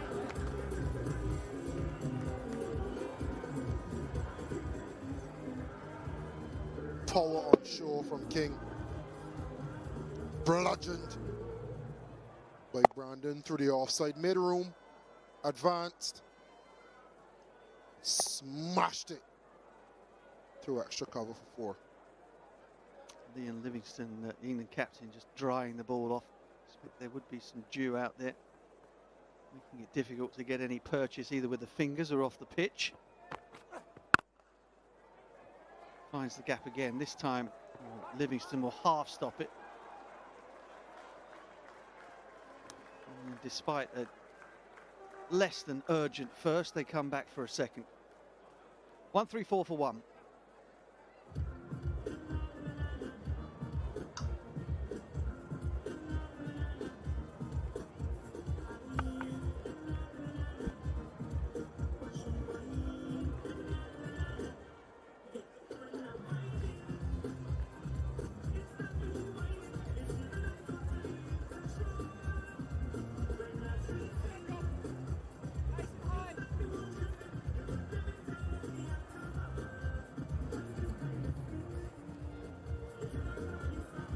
Overton, the only successful bowler for England so far. His maiden one-day international wicket. Everybody else has drawn a blank.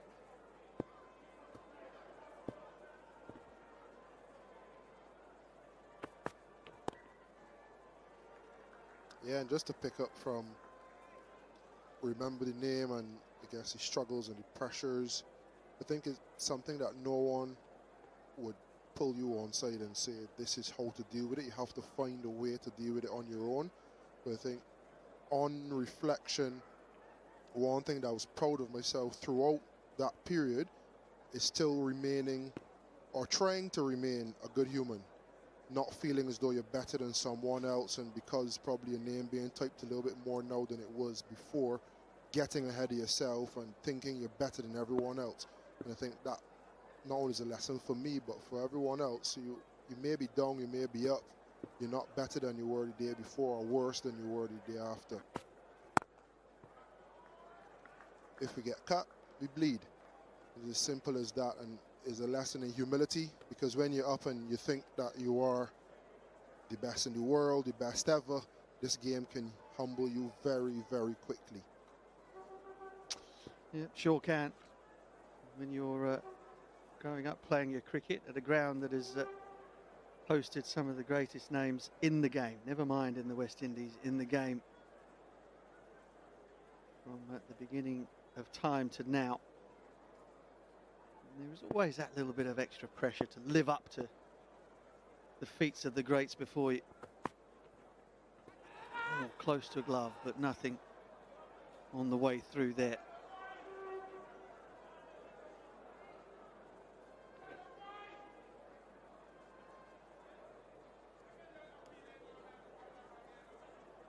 Just like to see Jofra Archer just bowl a spell here, maybe a couple of overs of that type of thing. Just run in and bowl quick. Just let it fly around the chest, shoulder height, Joel Garner style, Malcolm Marshall style. Nothing to lose right now. Ball seems to be coming onto the middle of the bat when it's length and fuller. Just go on the ultra aggressive. You never know, might cause a bit of panic. Take a wicket, get a new batter in. A couple of wickets in quick succession and it could change round. At the moment, it's a stroll for the West Indies. Yeah, a real unsung hero in England's recent white ball domination, Liam Plunkett.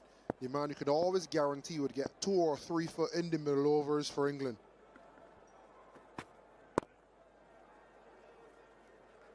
And for some reason, if you look at his style of bowling, tall guy, hits the deck quite hard, reminiscent.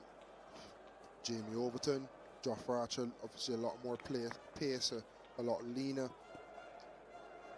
I don't think I've seen many teams commit to just a 3 or 4 over burst from the seam. If he bowls 4 up top, he bowls 3 in the middle. He still has 3 for the death if he is a bowler that bowls through all phases.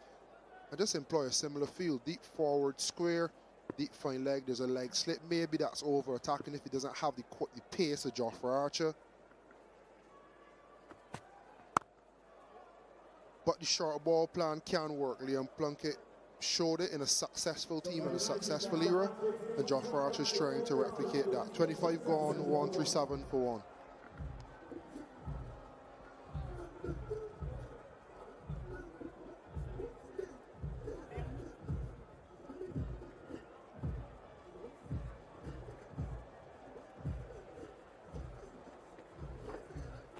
Well, comparison is there's no comparison. There was a rally of sorts between Curran and Salt that got England from 24 for 4 to 94 for 4. Goodness me, they had to work hard to get that. West Indies have strolled to 137 for 1.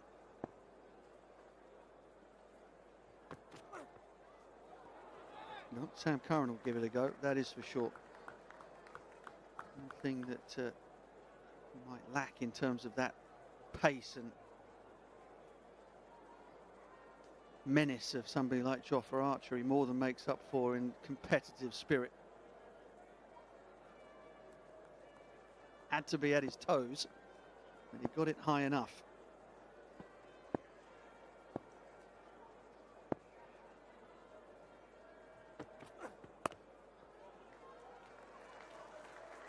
A 5th ODI 50 for Keacy Carty, a 3rd against England. He enjoys playing against the old rivals.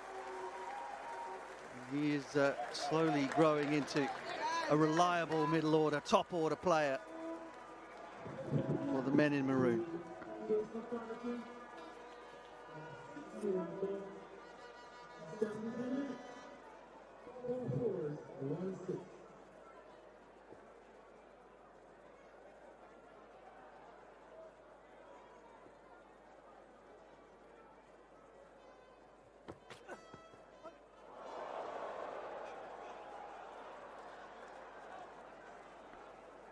Brandon King pelting back, literally and figuratively speaking.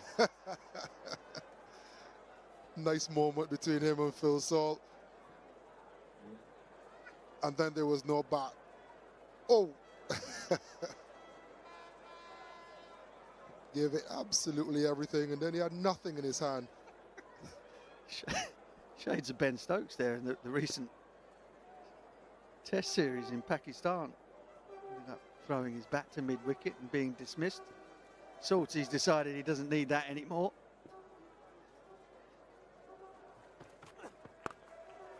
Makes contact this time, and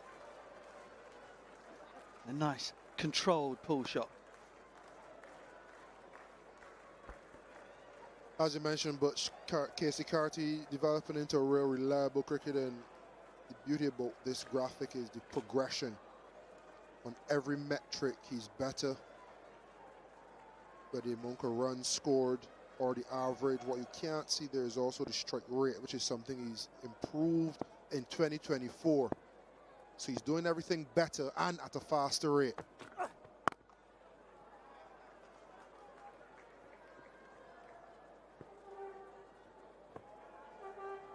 Yeah, I mean, there's lots of things that can contribute to that, not least, as Ian Bishop was talking about beforehand, his own drive and his own work ethic, but also being backed and being selected consistently. All of these things help your internal confidence. And if you ally that with the willingness to learn and to work, then the rewards will come.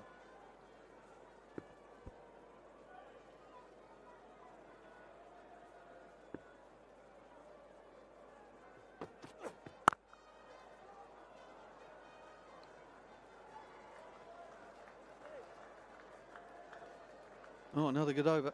Just the 4 singles from it, but West Indies do not mind that one bit. 1-4, 1 for 1.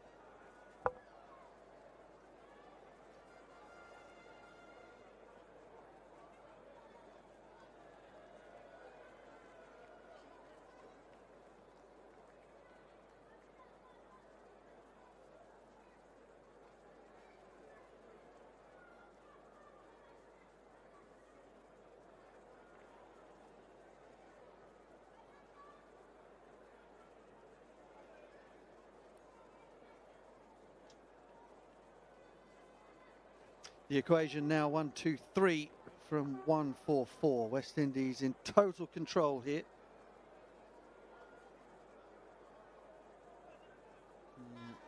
Series on the line.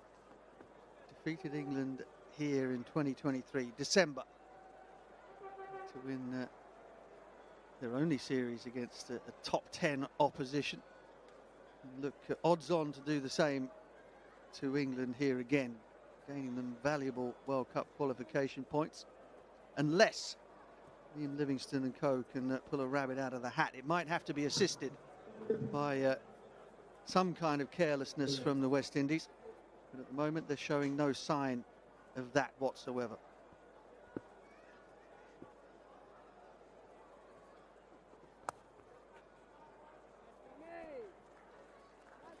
You know me, Carlos.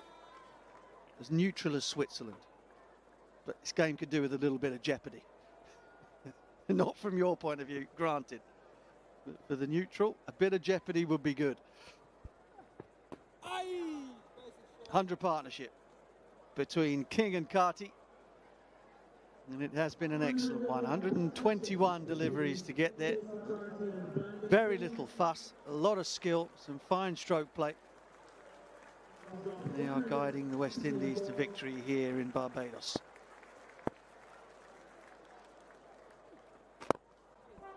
Oh, that's a great shot. That's terrific. Quite a big gap over there, over extra cover. But the way he manoeuvres his body, controls the bat face here is perfection. Yeah, really classy from Carty. Just opening his body out. Watch the back foot slide outside the line of his body to free his arms to get the bat face through and straight over extra cover. Elegant. Oh, and a bit of impudence as well to follow it up. That's 2 boundaries of the highest class from Keacy Carty. Talk about confidence. You just always sense when the tempo's been upped just a little. And you've just faced Jofra Archer, 140 clicks. Liam Livingstone comes on. A little better than help yourself, but it's exactly what Keacy Carty's done last couple deliveries. Right down below 5 and over now.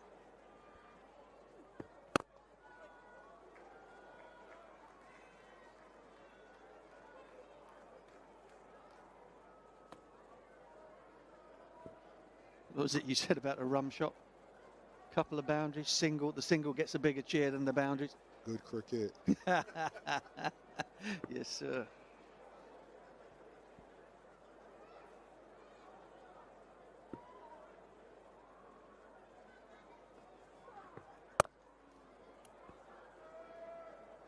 And on they sail. 23 overs to go. West Indies need 112. Only one down.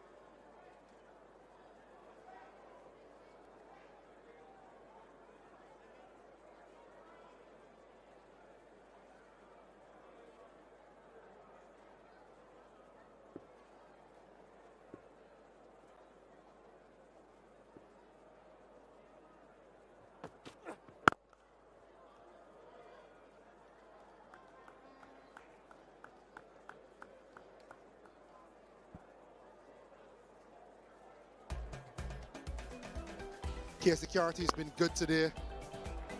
Some delightful strokes, ever improving temperament. Showed an extra range of shots, sweep, over cover. Fantastic stuff from this young man, and he continues on. He'd want to win the game for his team. Slapped away. Curran trying his best to get it high enough. It's a wholehearted effort, but I think it's going to be 4. Matthew Pepper, wicketkeeper by trade.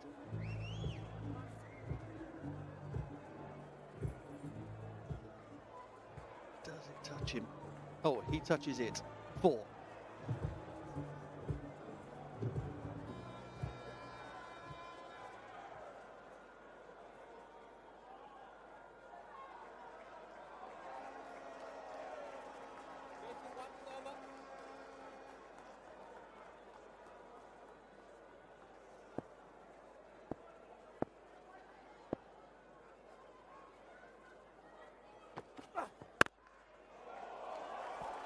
Glorious, absolutely glorious.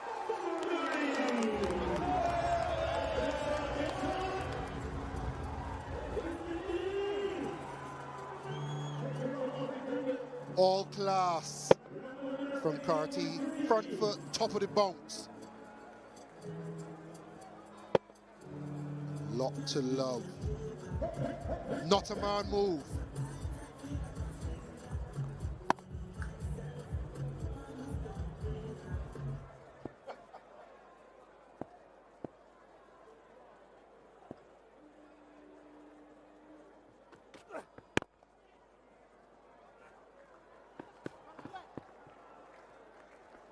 Good cricket.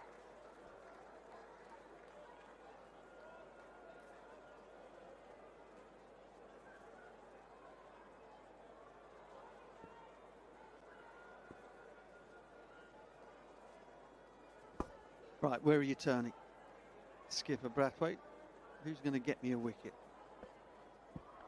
Not sure of Overton's workloads, but I think the idea in principle with Jofra Archer from this end can be continued with Jamie Overton.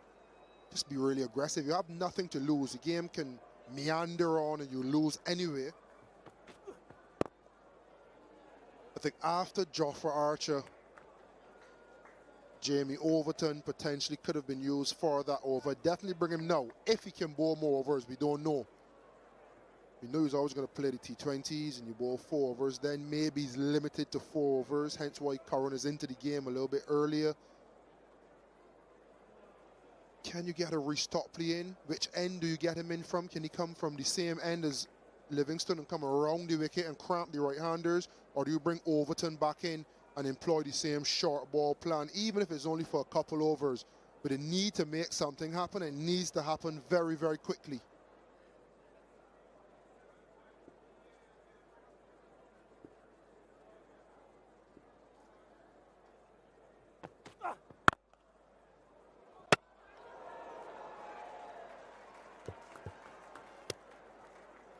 Any which way will do for England. 102 from 132.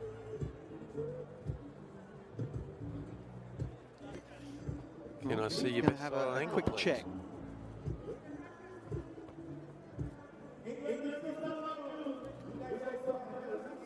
Coming up now, bat is grounded and ball hits the stumps. Thank you, bat is grounded. I've made my decision.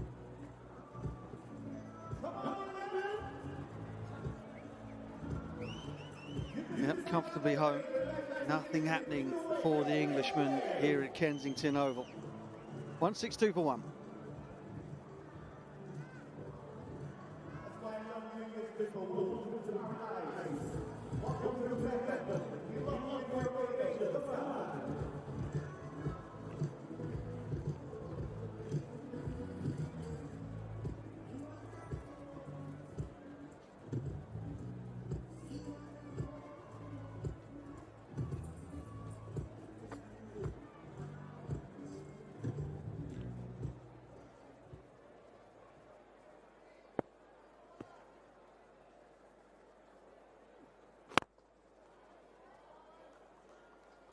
Well, the pleas for pace at this end have been unheeded by Livingston. It continues. Number 29 from 4.1.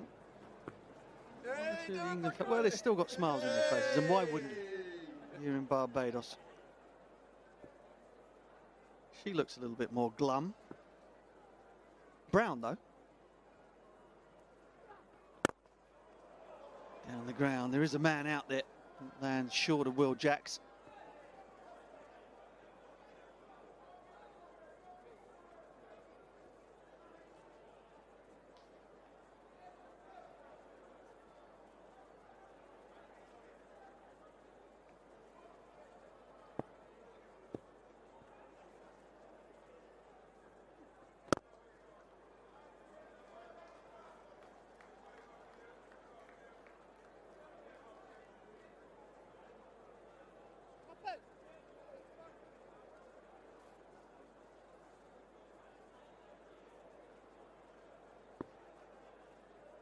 Yeah, just chill. I think that's the best way.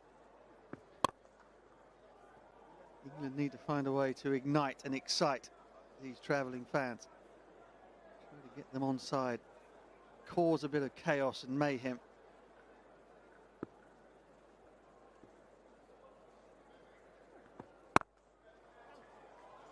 Oh, splits the fielders quite beautifully. Brandon King has been handsome through the offside tonight.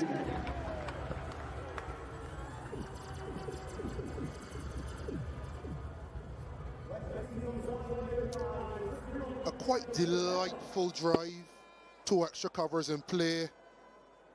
None of you two could get a hand to it. Brandon King motoring down nicely.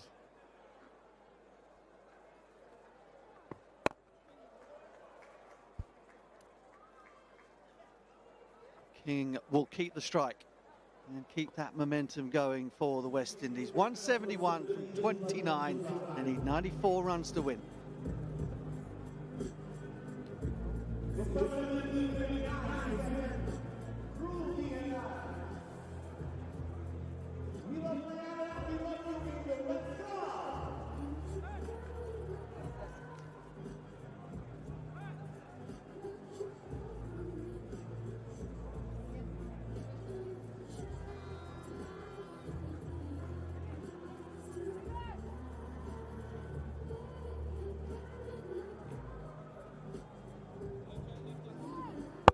A 100-run partnership between Keacy Carty and Brandon King, a pair of 71s, propelling the West Indies to 170 for 1 after 29.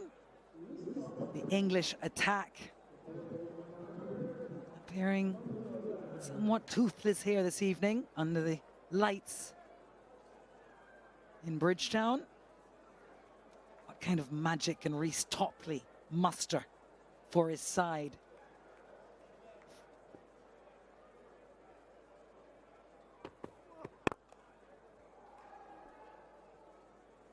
And going on along very nicely, the West Indies. Required rate now 4.5. Pretty straightforward. But this man, Brandon King, the Jamaican, well, he's been outstanding. Struggled a little bit this series, and this is the innings. Worked his way back into some beautiful form here at Kensington. He's been so strong through the offside, Brandon King. Majestic, really kingly to watch.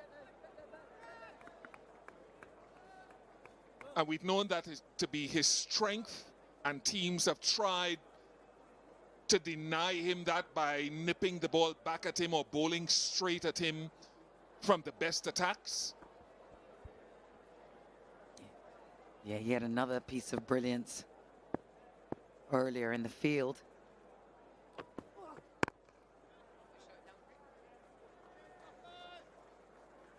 Phil Salt was being obdurate, was going nowhere and really sticking in, and it took this kind of magic from Brandon King with the assistance of Alzari Joseph, but just outstanding combination catch there, really. Best piece of fielding we've seen all day. Oh, that's lovely. Deft. Alex, and just to add to what you're saying, Brandon King will receive all the plaudits rightly for his athleticism there. But the way that teams practice these days, Alzari Joseph encroaching from right of screen as we looked at it was also extremely important in cooperating.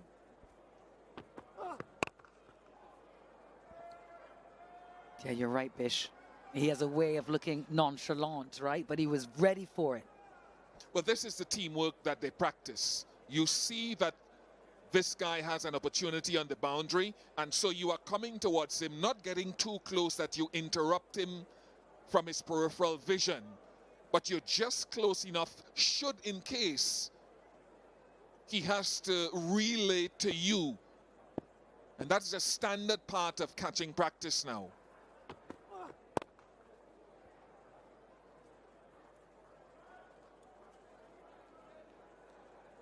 Four runs from it, 174 for 1.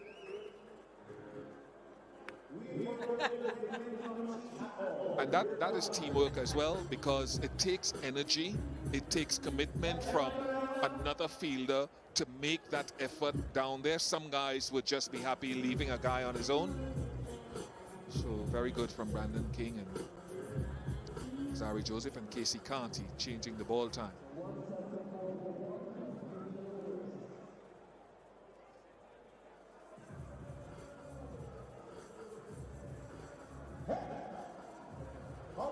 They're just going to have a look at another ball, maybe change of ball. They bring something for England, change their fortunes. It's been all the West Indies way. And that's how the fans feel about it, absolutely. What a way to spend a Wednesday evening. Beautiful night here under the waxing moon in Bridgetown, capital city of Barbados. Tonight is the decider of the one-day international series, CJ United ODI series, and of course Saturday, the start of the T20 series. Saturday and Sunday, back-to-back T20 games here in Barbados. Get out there, go get your tickets. What a way to spend the weekend in Barbados. Of course, I'm speaking to Bajans, but I'm also speaking to our regional neighbors. If ever there was a time to come and spend a weekend in Barbados, come and catch a couple of games. That's how they do it here at Kensington Oval, the party stand. How closely do you reckon they're following the action, Ian Bishop, in that pool?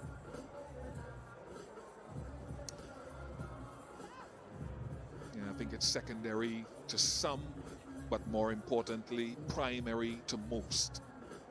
And as long as they come into the ground and they're enjoying the experience of being here in Barbados with a little side dish of cricket to savor, that's important.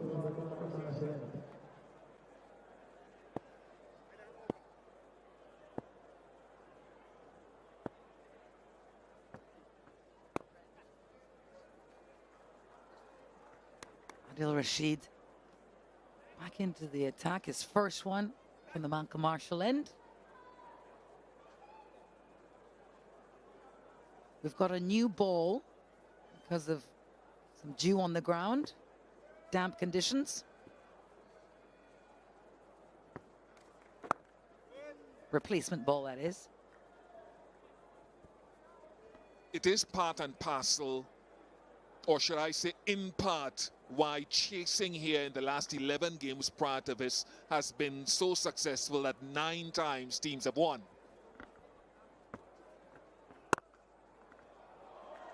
Oh, he's just seeing it big, Brandon King. He's seeing it really big here and enjoying this knock. 4 more into the off. To find the gap between the two fielders at a short cover is finding a needle in a haystack. There we go, splits them equally. And that's important in your boundary hitting.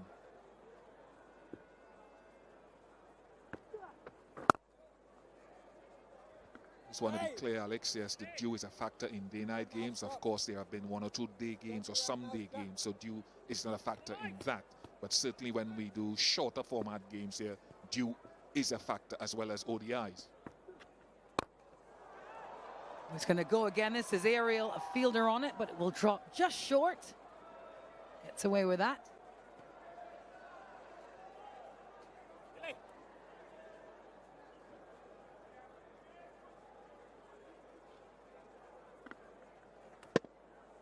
He went early, almost didn't get to it. And when he did, almost carried to a sweeper. Don't leave work for anyone else to do. Do it yourself. Finish the job. That's a good over. A boundary, 3 singles in it. 7 off, 31 gone, 81 for 1.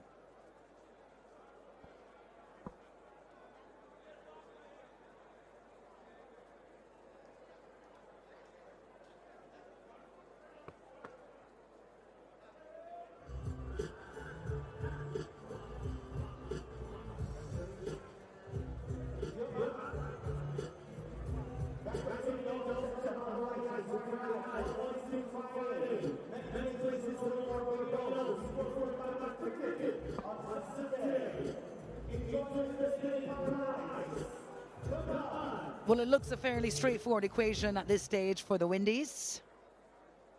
Just the 83 runs needed. Fair to say, up to this stage, they've enjoyed the better conditions for bowling and batting.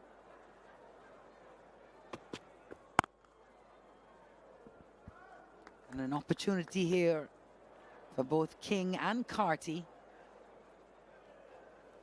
to make their way to a 3-figure score.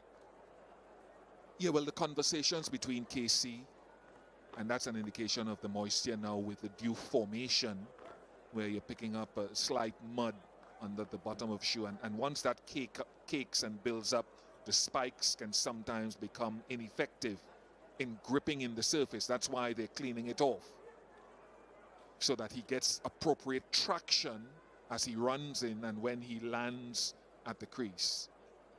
You can see how thick it is at the bottom of the boot. Yeah.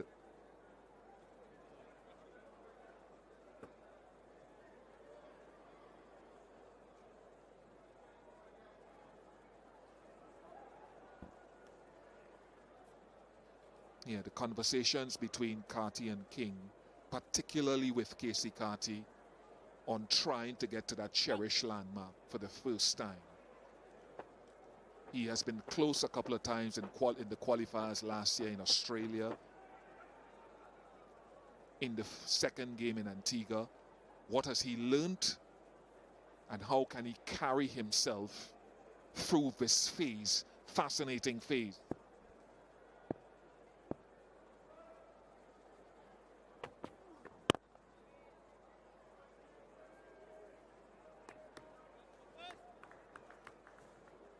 All the TVs will be locked on in St. Martin.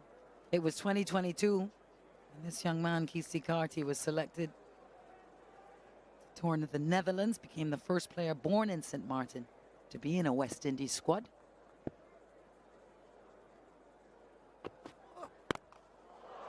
Oh, well dispatched. Much to the delight of the patrons in the Greenwich Haynes stand. There's no win, so you can't credit any win for taking that across the boundary. It's just the power of Keacy Carty.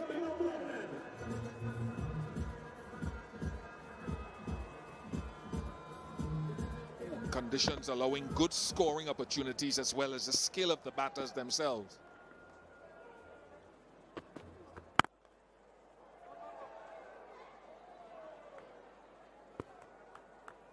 Showing a little aggression, Topley. They've got to do something here, England. West Indies will race away with this into the 80s now. Carty. Yes, Overton bowled as many as they would allow him to tonight. Jacob Bethell. Try and over. Mosley.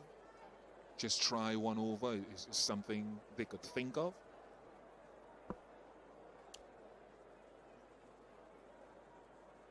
Yeah, we have a look at the apex in sight. How high did that get? Shot tracker, 77 meters.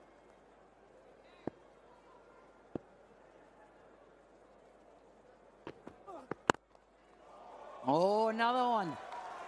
Down the ground this time over the head of Topley, who looks discouraged. Jubilation for the West Indian fans here live, able to view these theatrics.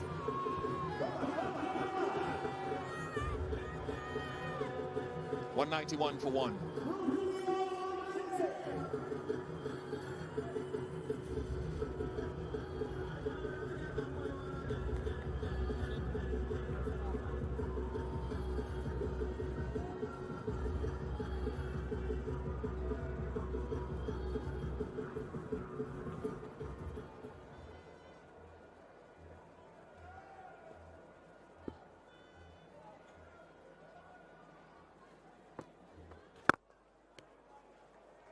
Well, that's the 150-run partnership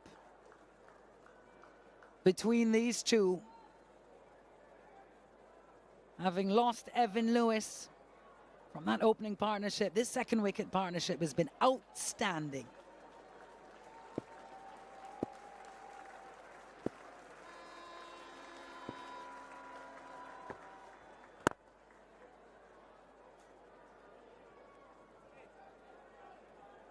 Just needs to keep his wits about him here, Carty. It will be good to have Brandon King on the other end, as you say, Bish, whispering a thing or two to him.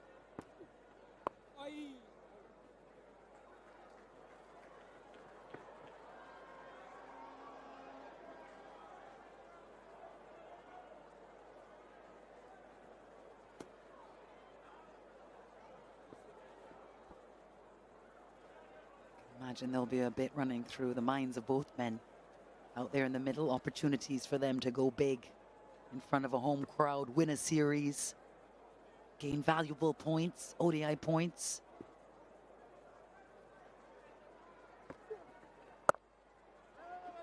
Yeah, Alex, that's such a good point. And some batters will tell you they're staying in the moment. They try not to think too much about the individual target. And some of them will say, how do we do that? By setting little incremental goals, another 5 runs, another 10-run partnership.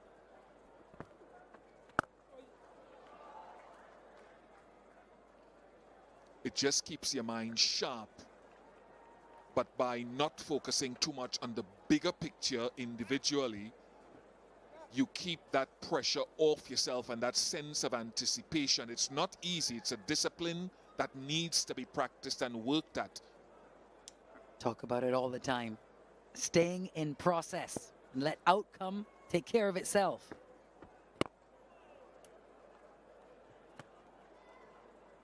$194 for 1.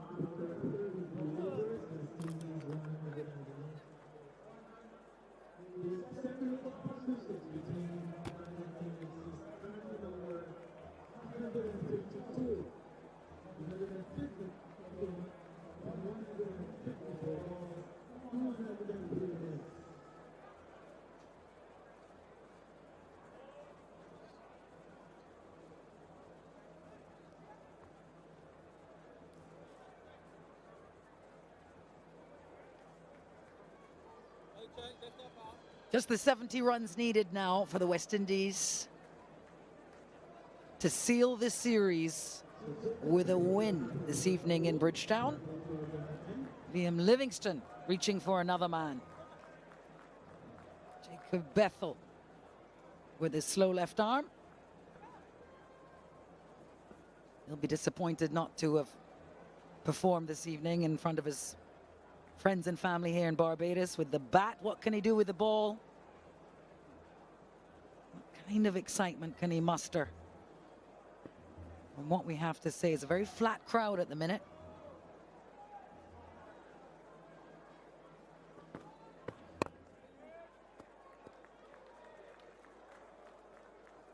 You're talking about improvements in little incremental ways for the West Indies.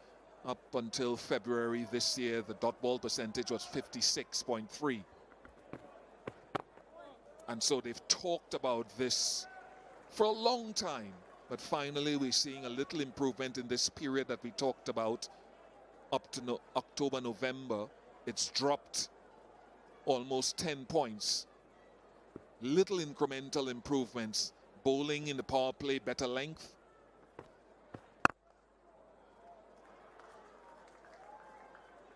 So I think that's good.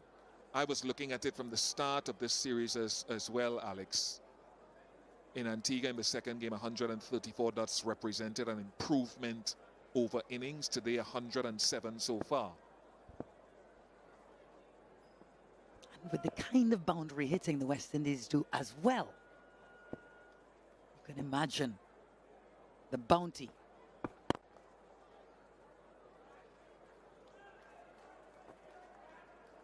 Just your process. That was a great proverb that you brought there. King and Carty probably say, look, if we see this to the end, the individual goals will take care of itself if we get the next 68 runs between us. Yeah, so underestimated, that mental part of the game. Control of your mind, of your breathing. Oh, well, it's outstanding from King. A little shimmy of the feet and beautifully played into the offside.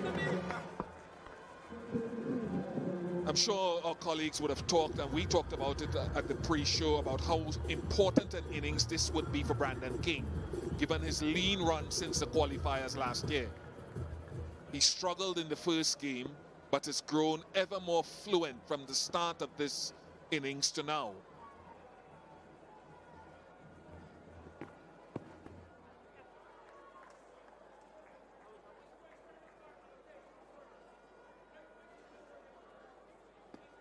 Leg by. 7 off the over, 34 gone. West Indies 201 for 1. Time now for a Blue Waters drinks break.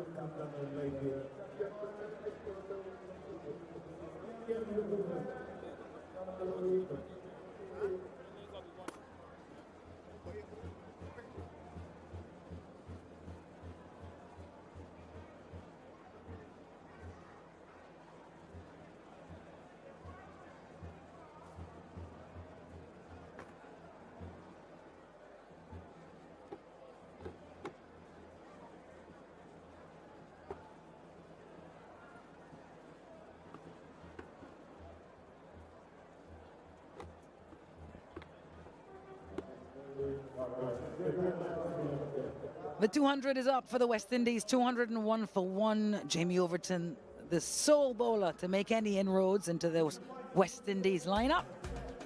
And Brandon King, he really got things started beautifully. A couple of boundaries off the first couple of balls of the over. Yeah, Jofra Archer pushed it close to him. He drove it. He had a little bit of a quiet period, I think just outside the first power play, but he's regained his fluency, and you'll have those ebbs and flows in an innings. This is much needed by the team, much needed by King and Carty. King Carty. King and country. There'll be so many people around the Caribbean region and in diaspora who are on the edge of their seats, because this young man, a World Cup winner back in 2016 under Shimron Hetmar's leadership, has been searching for the right formula to go past these 50s onto something bigger. Not to mention his native country of St. Martin with connections to Anguilla. Wickets badly needed by England.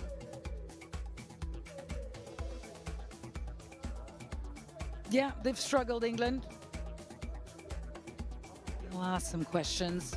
Unable to really achieve any penetration this evening. Just the one success. Jamie Overton just back in his first over. Rushed Evan Lewis.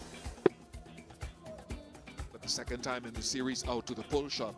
It's something I've noticed over his career, that while he punishes the short ball, there are more than just a few times where it proves his undoing.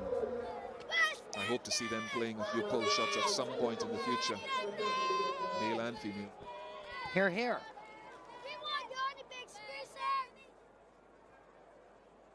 Well, Jofra Archer back into the attack again. On the Malcolm Marshall end.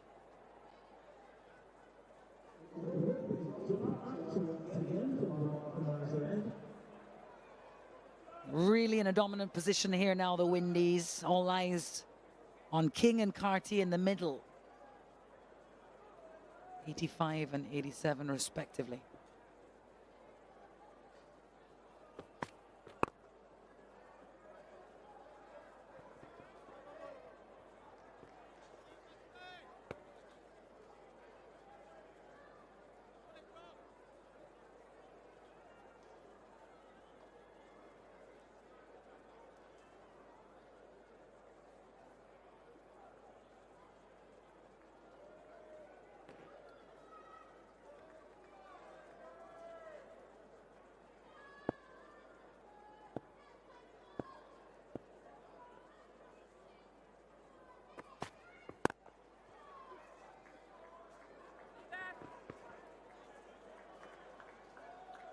Working well between the wickets here. Turning things over. Ticking along. Yeah, we mentioned, I was talking about in the second one-day international about a possible identity for the West Indies team. Every team has an identity in one way or the other. Highest win percentage, batting first for teams since 2022. Top ranked 10 teams. West Indies right at the bottom in percentage of wins, batting first. India right at the top. Australia, South Africa, Pakistan, England in the middle.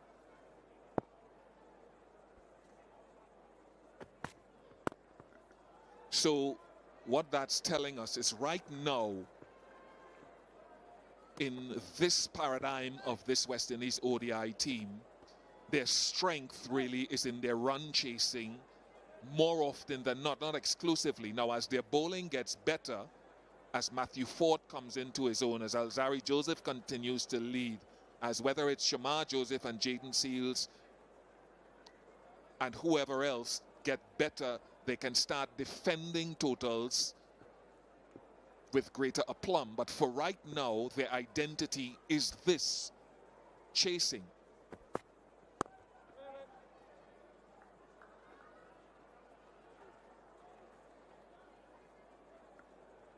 Now, you don't want to stick, Alex, and folks at home with that identity, because you can't guarantee to be chasing every game that you get into. But whenever you have the opportunity in conditions where you think dew is going to come in and play an advantageous part, or conditions are very good, you'll probably lean to this. So chasing wise, 40% wins compared to 5 point something percent. Wow, definitive.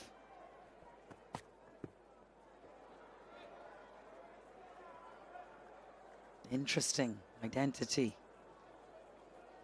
Well, it's been a struggle for the West Indies in this format of cricket for many years. Number 10 ranked ODI side, but spare a thought for England, who are only 7 in the world right now.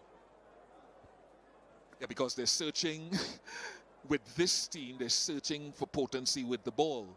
We're seeing development in Jacob Bethell, in Mosley. Liam Livingston showed us a game ago. That's a chance. That was put down by Jordan Cox. Nightmare in the context of very little opportunity for England. I think it came at a fairly comfortable height. So in the search, Jafra shaking his head, it should have been taken. They dropped 4 catches in the previous game, but still won.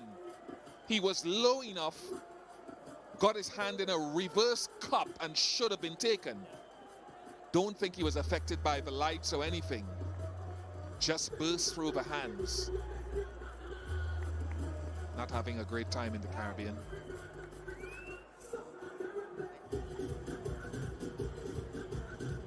The last time England have won an ODI series was against Ireland, September 2023. So he's not gotten the runs that he would like or his team would like, and now he's put down a chance that should have been reeled in. And England desperately need that. Well, you saw Jofra Archer's frustration.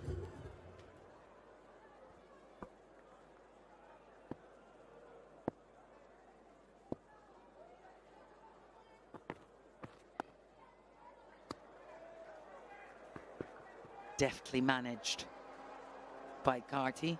Pick up a couple. This is now officially his highest score in ODIs.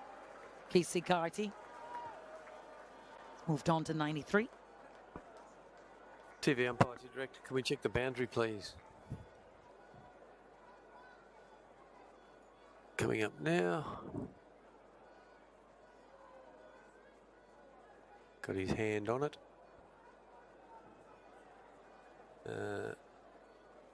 Have you got anything that shows me he's released the ball before his hand touches over the boundary there? Thank you, that might tell me.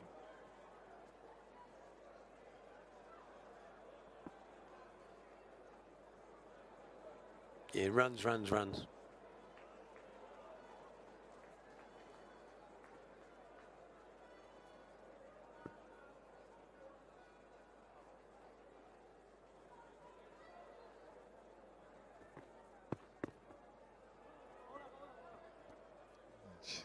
I'm sure St. Martin is on the edge of their seat.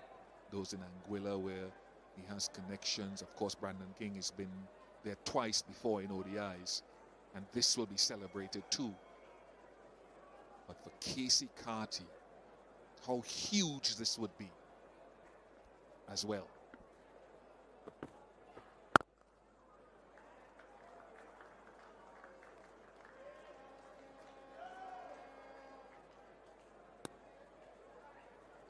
Years old, Keacy Carty.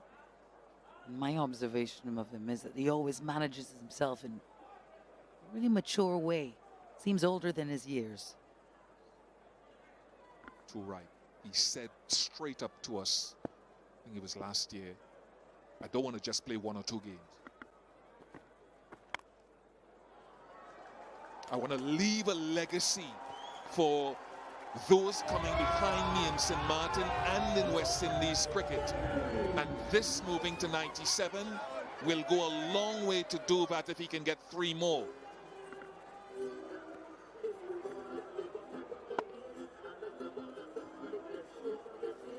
Batting at this crucial position in the order, number 3, you want to be converting half centuries to hundreds at pace ideally.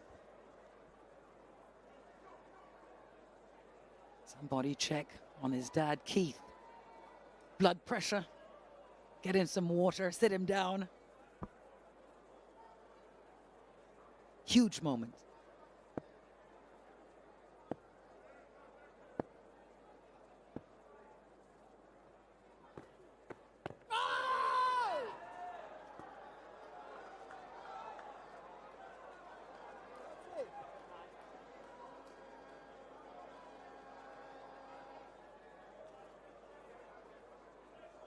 Doesn't look like Liam Livingston's interested.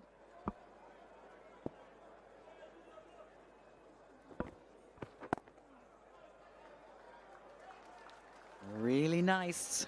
One step closer, 36 gone. West Indies 216 for 1.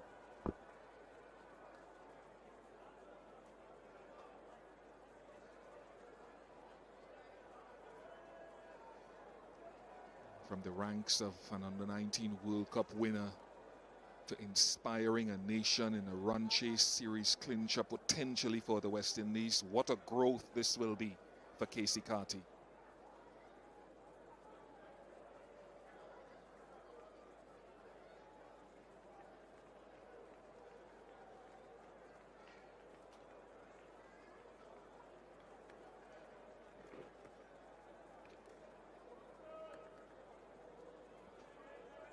Keacy Carty on 98, 2 away, facing Jofra Archer.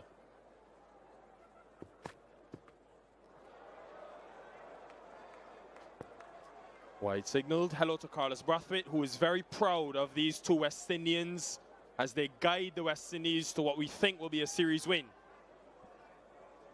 Yeah, personal performance aside, is a calming demeanor that they've showed. I don't want to put the markers on them, but it's been a while since we've had such a big partnership bringing the game home, and it's not done yet, but so far they've been exemplary with their partnership.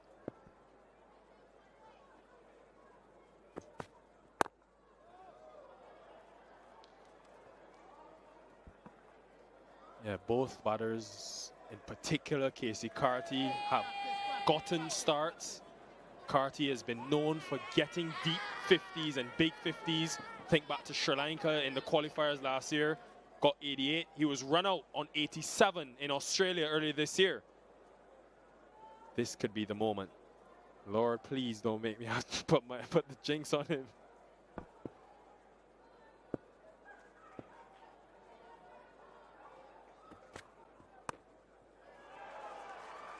He will look for 2, but it'll just be 1. Carty moves to 99. His heart will be pumping.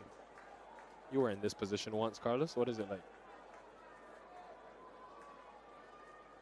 It's a good feeling to reach 99, but you also understand that the needs of the team come before the needs of self. So at the non-strikers end now, thankfully for me, it all happened quite quickly for him.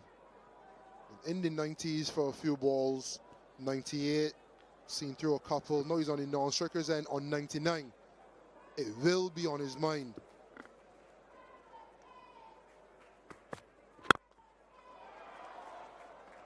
Another misfield. And perhaps will feel a bit let down in the field, judging the series.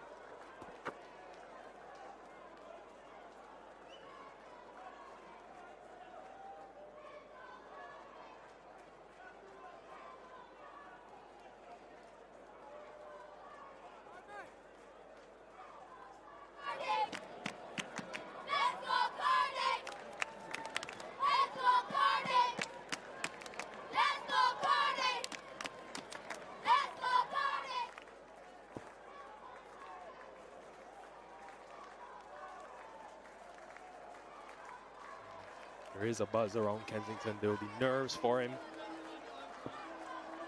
Archer will want to deny him, will want to get him out. Carty on 99. Few fielders have come into the circle. Leg side right of screen.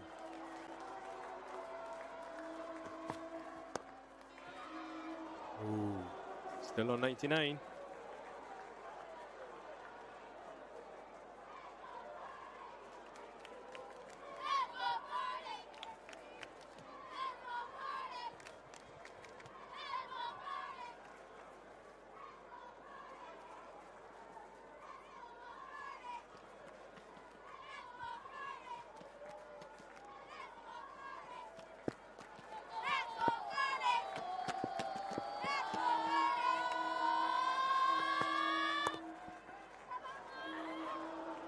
This must be so painful. But he looks calm, remaining calm. West Indian, his teammates, they're always pushing him in the nets. One thing I admire about him, Carlos, I've been to a few practice sessions. He's the first person in the net. He's facing the fastest bowlers and embracing the challenge. Alzari Joseph went at him in the last game, or last practice session, and they had a great battle, but it seems like he's developed his character from positions like that. And all the failure he's had to this point. You will have to wait to get there. End of 37 overs, 219 for 1.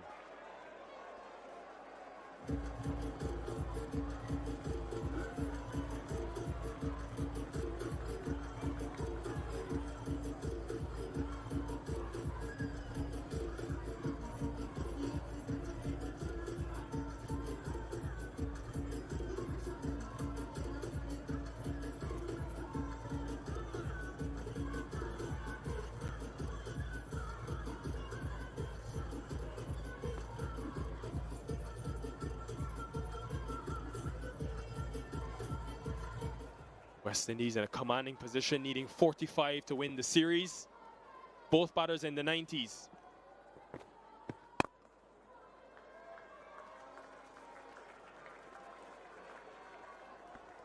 Keacy Carty will be hoping for a similar delivery.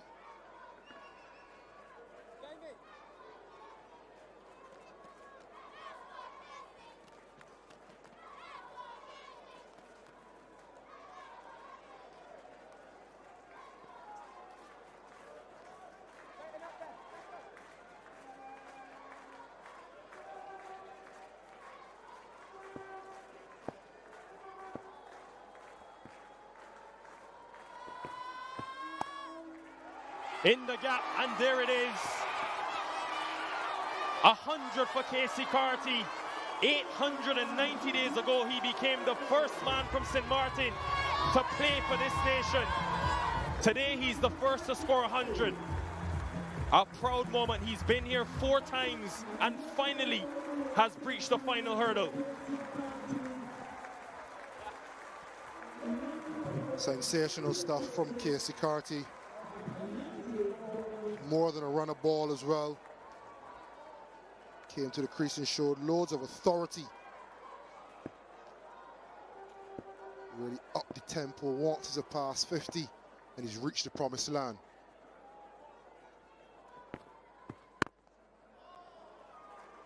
'46 West Indian to score 1-day international 100.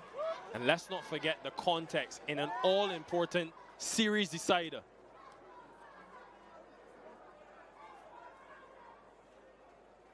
Just looks like a weight has been lifted off his shoulders. One thing to be a good batter and a good player, whether pace or spin, but it's another thing to be considered clutch, go-to, and dependable.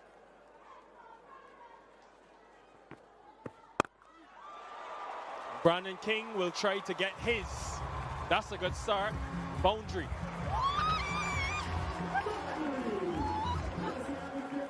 Now Brandon King has been here before. He's been hammering anything short, pace or spin. Invitation from Bethell, accepted by King.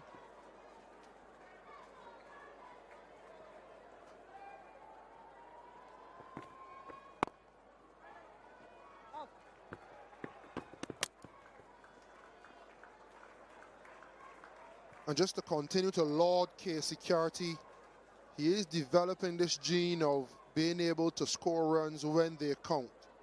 And you think all the way back to the 2016 Under-19 World Cup final, got 50 odd in that game as well.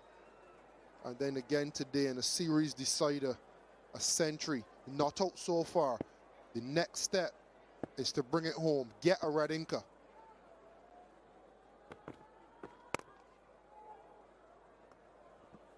.230 for one. West Indies not far.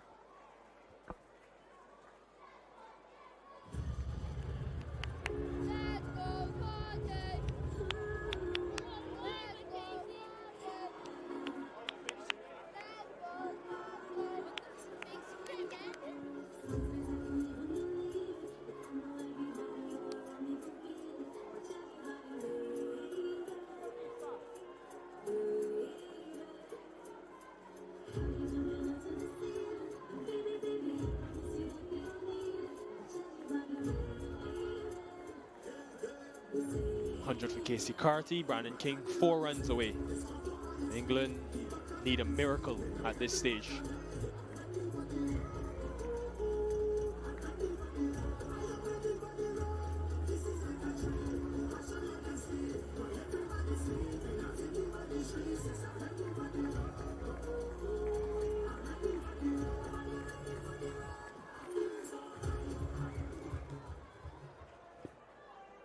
Will be Jofra Archer, who's been on the expensive side today.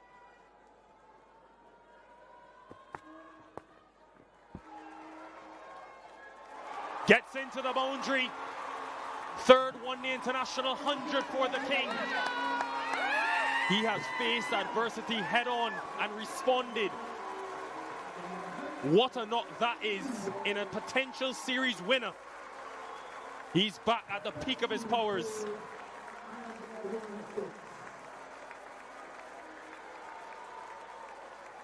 If we add context to this century, it goes beyond just 3 figures.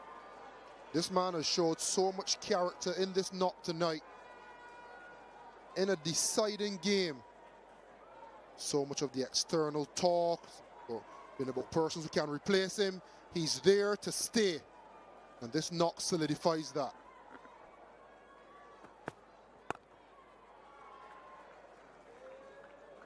We always talk about character, and I've seen so much of the character of Brandon King in this short series.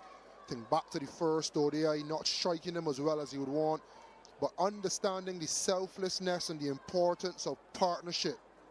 Whilst Evan Lewis was dashing at the other end, he was fighting it out in the midst of a fantastic opening partnership. You fast forward to today, he came out all guns blazing, and now he receives his reward, reaching triple figures. This will be more runs. They're flowing now for the West Indies. Another boundary.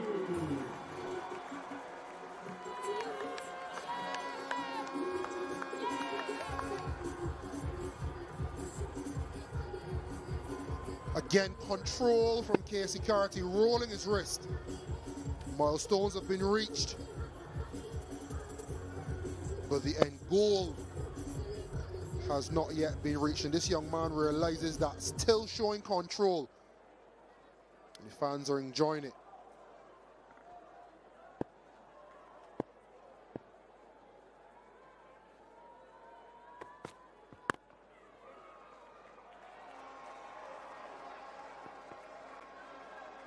It has been such a significant period for the West Indies, and I'm going to go back to the Sri Lanka series, which was less than a month ago, and these 3 ODIs.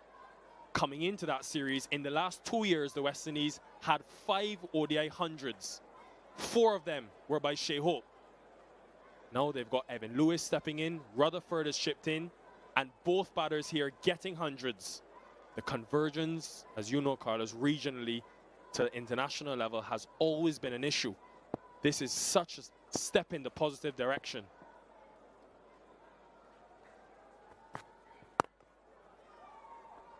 %, Nikhil, and sometimes in a loss of a series or a loss of a game, the result takes precedence. What I've enjoyed about this era so far under Hope and Sammy is the processes have always been prioritized, knowing that once the processes are consistent, results will follow. And I think as fans, West Indies fans would have seen enough now to know that that's the truth. That's the 200-run partnership. Only the 3rd time in the history that there's been a 200-run partnership for the West Indies at home. We salute you, Brandon King and Keacy Carty. 39 gone, 2-4, 2 for 1.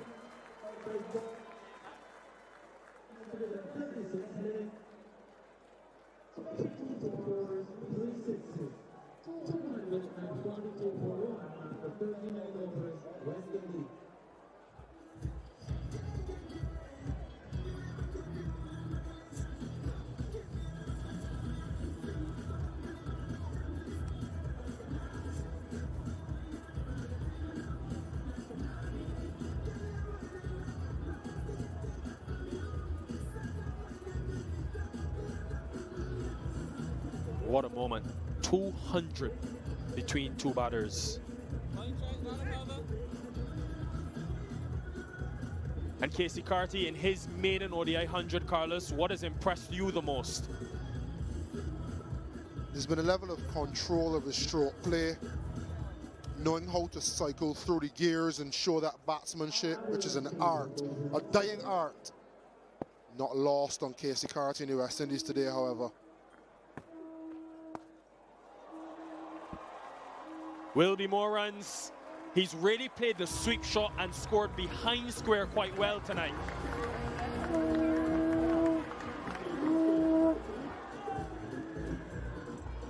Thompson on anything loose, especially outside the leg stump or on leg stump for that matter, he's employed the sweep well. I think the shot that epitomizes the quality of this innings is mid-on, coming up a bit early in his innings. And him taking Adil Rashid downtown shows the intent, shows the positivity, and more importantly, the execution.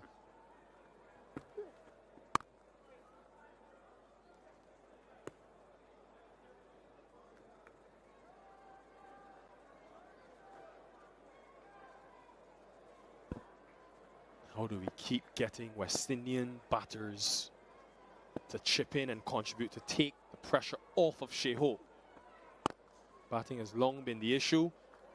As Bish said earlier, the bowling is a work in progress, and the batting conditions have been good. How do they continue to apply this, get that consistency and habit for when they go to the Sri Lankas and maybe Pakistan's, Australia's like they were earlier this year, and be able to apply the confidence but also the practice?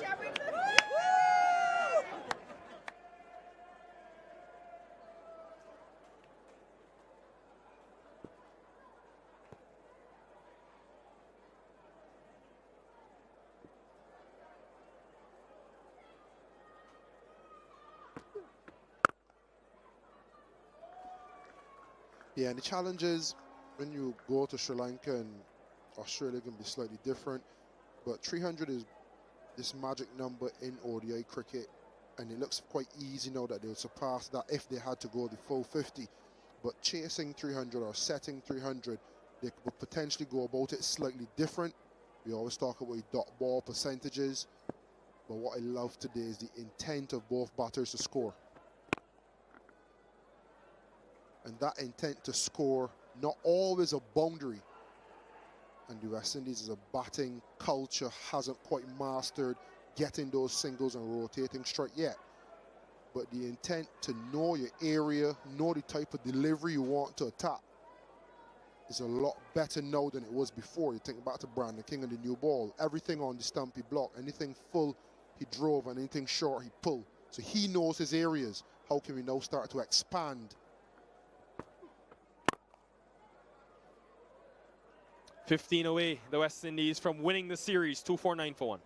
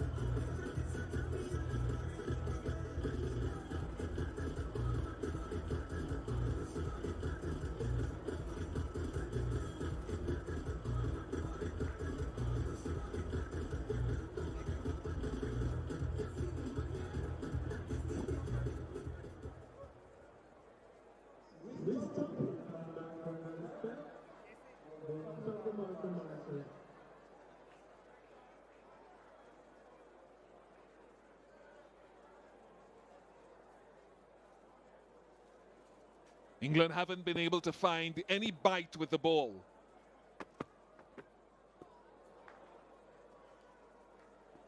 Largely through the excellence of this young man, Keacy Carty, with his maiden ODI 100. The range of his stroke play. His poise in some of the strokes we've seen. And given scrutiny of his tempo and scrutiny of his strike rate in the early parts of his career, to score it at this tempo here tonight is such a growth spurt, with a strike rate close on 110, Mark Butcher. 67.8. It was before the series started, batting at number 3 in international one-day international cricket.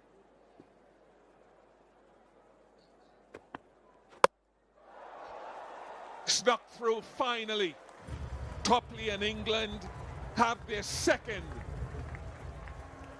Too little, too late, but what an outstanding innings by Brandon King to usher and shepherd this West Indies lineup to just a cusp of victory. He's under some pressure too. He's had a fantastic night. Excellent delivery from Reece Topley. Brandon King, the catch that got rid of Phil Salt, or at least the assist that got rid of Phil Salt. Backed up with 100, his first against a full-member side. That has been a night to remember for him.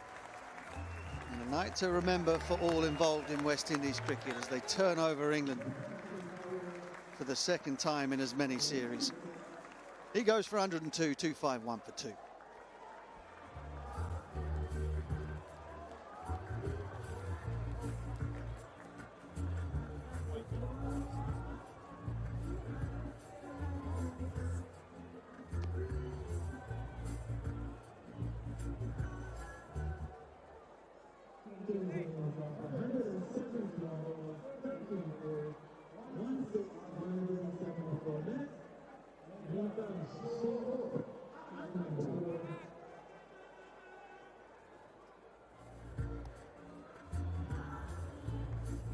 Shea Hope, the captain, replacing Brandon King.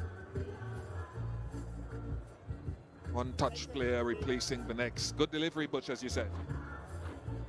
Yeah, just held off the surface. England have struggled to make this ball do anything at all since the start. There was no swing for Topley or Archer. And as it gathered a little bit of dew in the evening here, managed not to be able to get it to spin either for the slower bowlers. That's the first ball that's really gone off the straight for a long time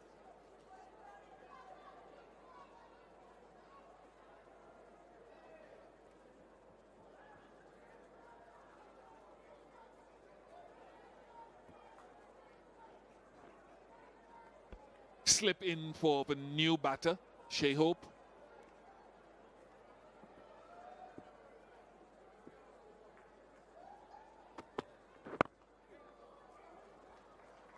He's off the mark straight away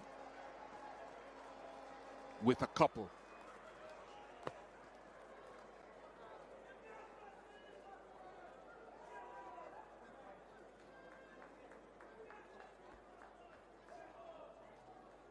Well, he's been kept in mothballs for the series thus far. Rhys Topley, first appearance.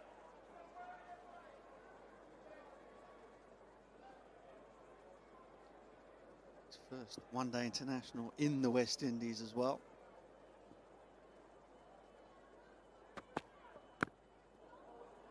It's not been a night to remember for any of England's bowlers, and for the top order as well, for that matter. Has to be pointed out that the conditions in the power play, especially when England batted, the ball certainly bounced and held in the surface a lot more than we saw pretty much from that moment on. It wasn't as though the pitch was a minefield throughout England's innings, but you lose 4 wickets in the power play, you're really up against it.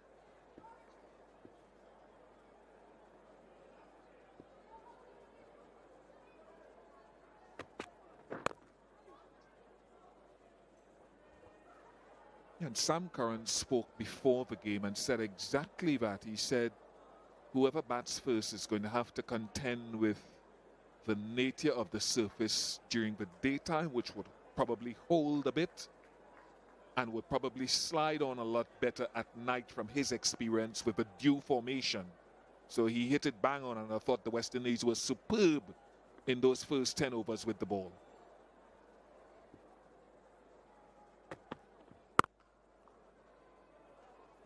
Two 5 3 for 2.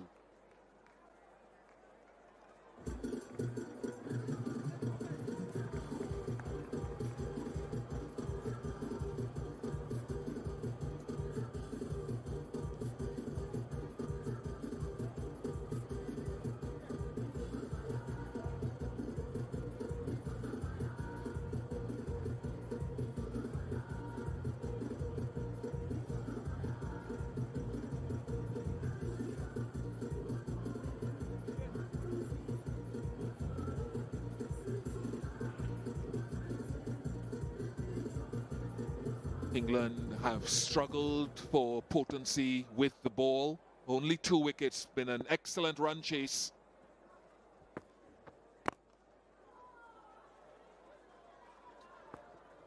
Yeah, 4 wickets in the series. The 2 games they've bowled second.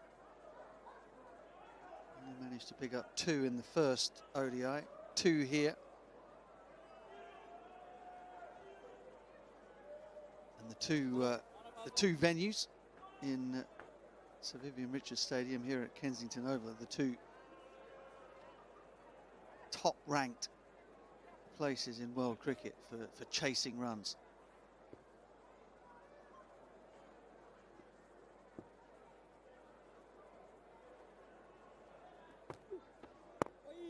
And that's a stat that goes back to 2020. So there is historical precedent. It's not an excuse for England whatsoever. I think knowing what they knew in terms of batting first this morning, trying to think about the dismissals really in the power play.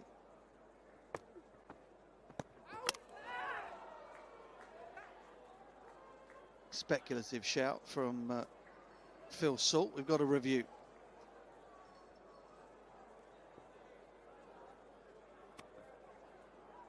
TV umpire to director, we have a play review for caught behind. Original decision was not out. I've checked both feet, it's fair delivery. We go to front on, please.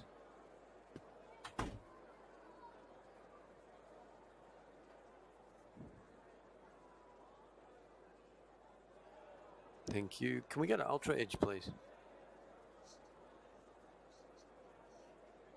Ultra edge coming up now. Got a gap as it goes past the bat in a flat line, so we can go back on field to stay with your original decision of not out. Pally, I'll let you know when you're on screen. Stay with your original decision of not out. You're on screen now. Number 10 required.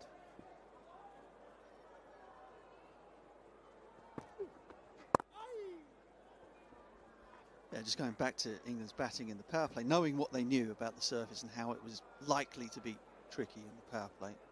Will Jacks driving on the up a bit. Good piece of bowling from Ford, because he brought everything back into the right-handers and then held that one up quite deliberately. Jordan Cox was undone by the raging bull. That is Alzari Joseph, an absolute snorter that gloved him in front of his face. Jacob Bethell then caught brilliantly at backward point by Roston Chase. A delivery that he'd probably go out every single time. You'd have a go at a short wide one. Just bounced on him a tiny bit, which sent it aerial. And then Liam Livingstone, I suppose that was the one right on the cusp of the power play. Yeah, perhaps still in hitting mode from Antigua. He played a huge drive at a ball that was nowhere near there. And like that, England will fall down. 256 for 2.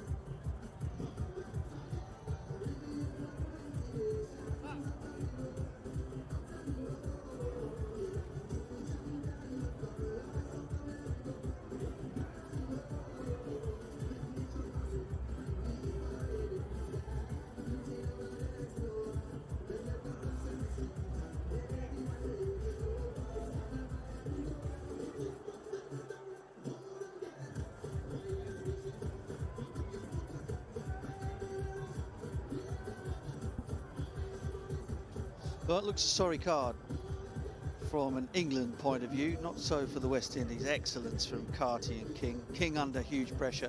Carty with his maiden ODI 100. Although it may seem like doom and gloom for England, there have been high points throughout the series, particularly when you consider they had 4 debutants. Mosley making 50. Salt, I thought, played quite brilliantly. Responsible at the top of the order, digging England out of trouble. But for Brandon King's athleticism on the boundary, he might well have made 100 himself. So there have been positives to take from it.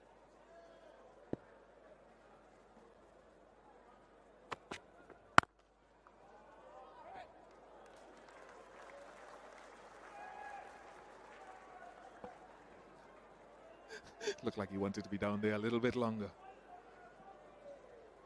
Yeah, it's been that type of night. Jordan Cox has not had a good time of it in this series. Came in off the back of an excellent series for Essex and summer for Essex, and in the 100 for Oval Invincibles. Dropped a catch at extra cover. He's a brilliant fielder. Had a rough time of it. One of the few young'uns that have. Real authority and growing maturity in much of his batting and his stroke play tonight, Keacy Carty. This is when your investment in a player brings a smile to your face if you're coach and captain and selector. Yeah, quite right. Quite right. The temptation is so often to switch out these young guys if they don't crack it straight away. Think back to somebody like Steve Waugh. Took forever before he cracked it at the international level.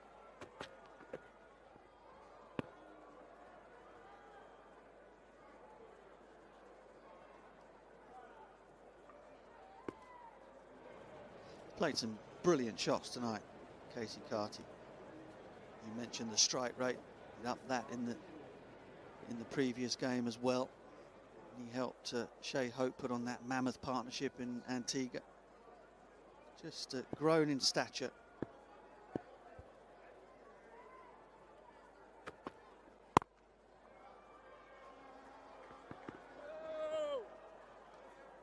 Yeah, you like these little signs if you're a West Indian public. A determined young man, and I don't often give that amount of credit so easily, but you speak to Keacy and you know how determined he is. Little increments of culture growing within the group, and for Alzari Joseph too, after his little spat today, I think they'll be happy that it hasn't cost the team at all. Yes, he'll be spoken to. Yes, there might be punitive measures, but he will learn and grow. We all make mistakes. God knows I've made a few. Blown a gasket here, there, and everywhere. You don't excuse it. But in future, you want to see the sometimes vice captain just learn from it, because he's a quality bowler when he gets it right. And this team respects him and needs him.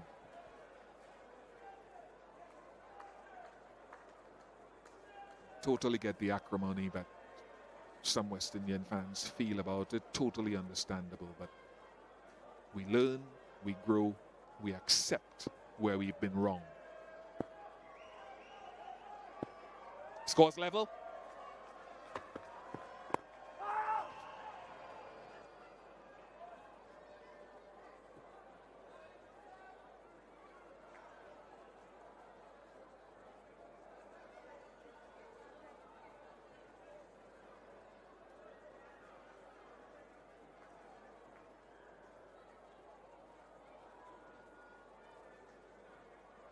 They've had a show, the fans here in Barbados, here at Kensington Oval today.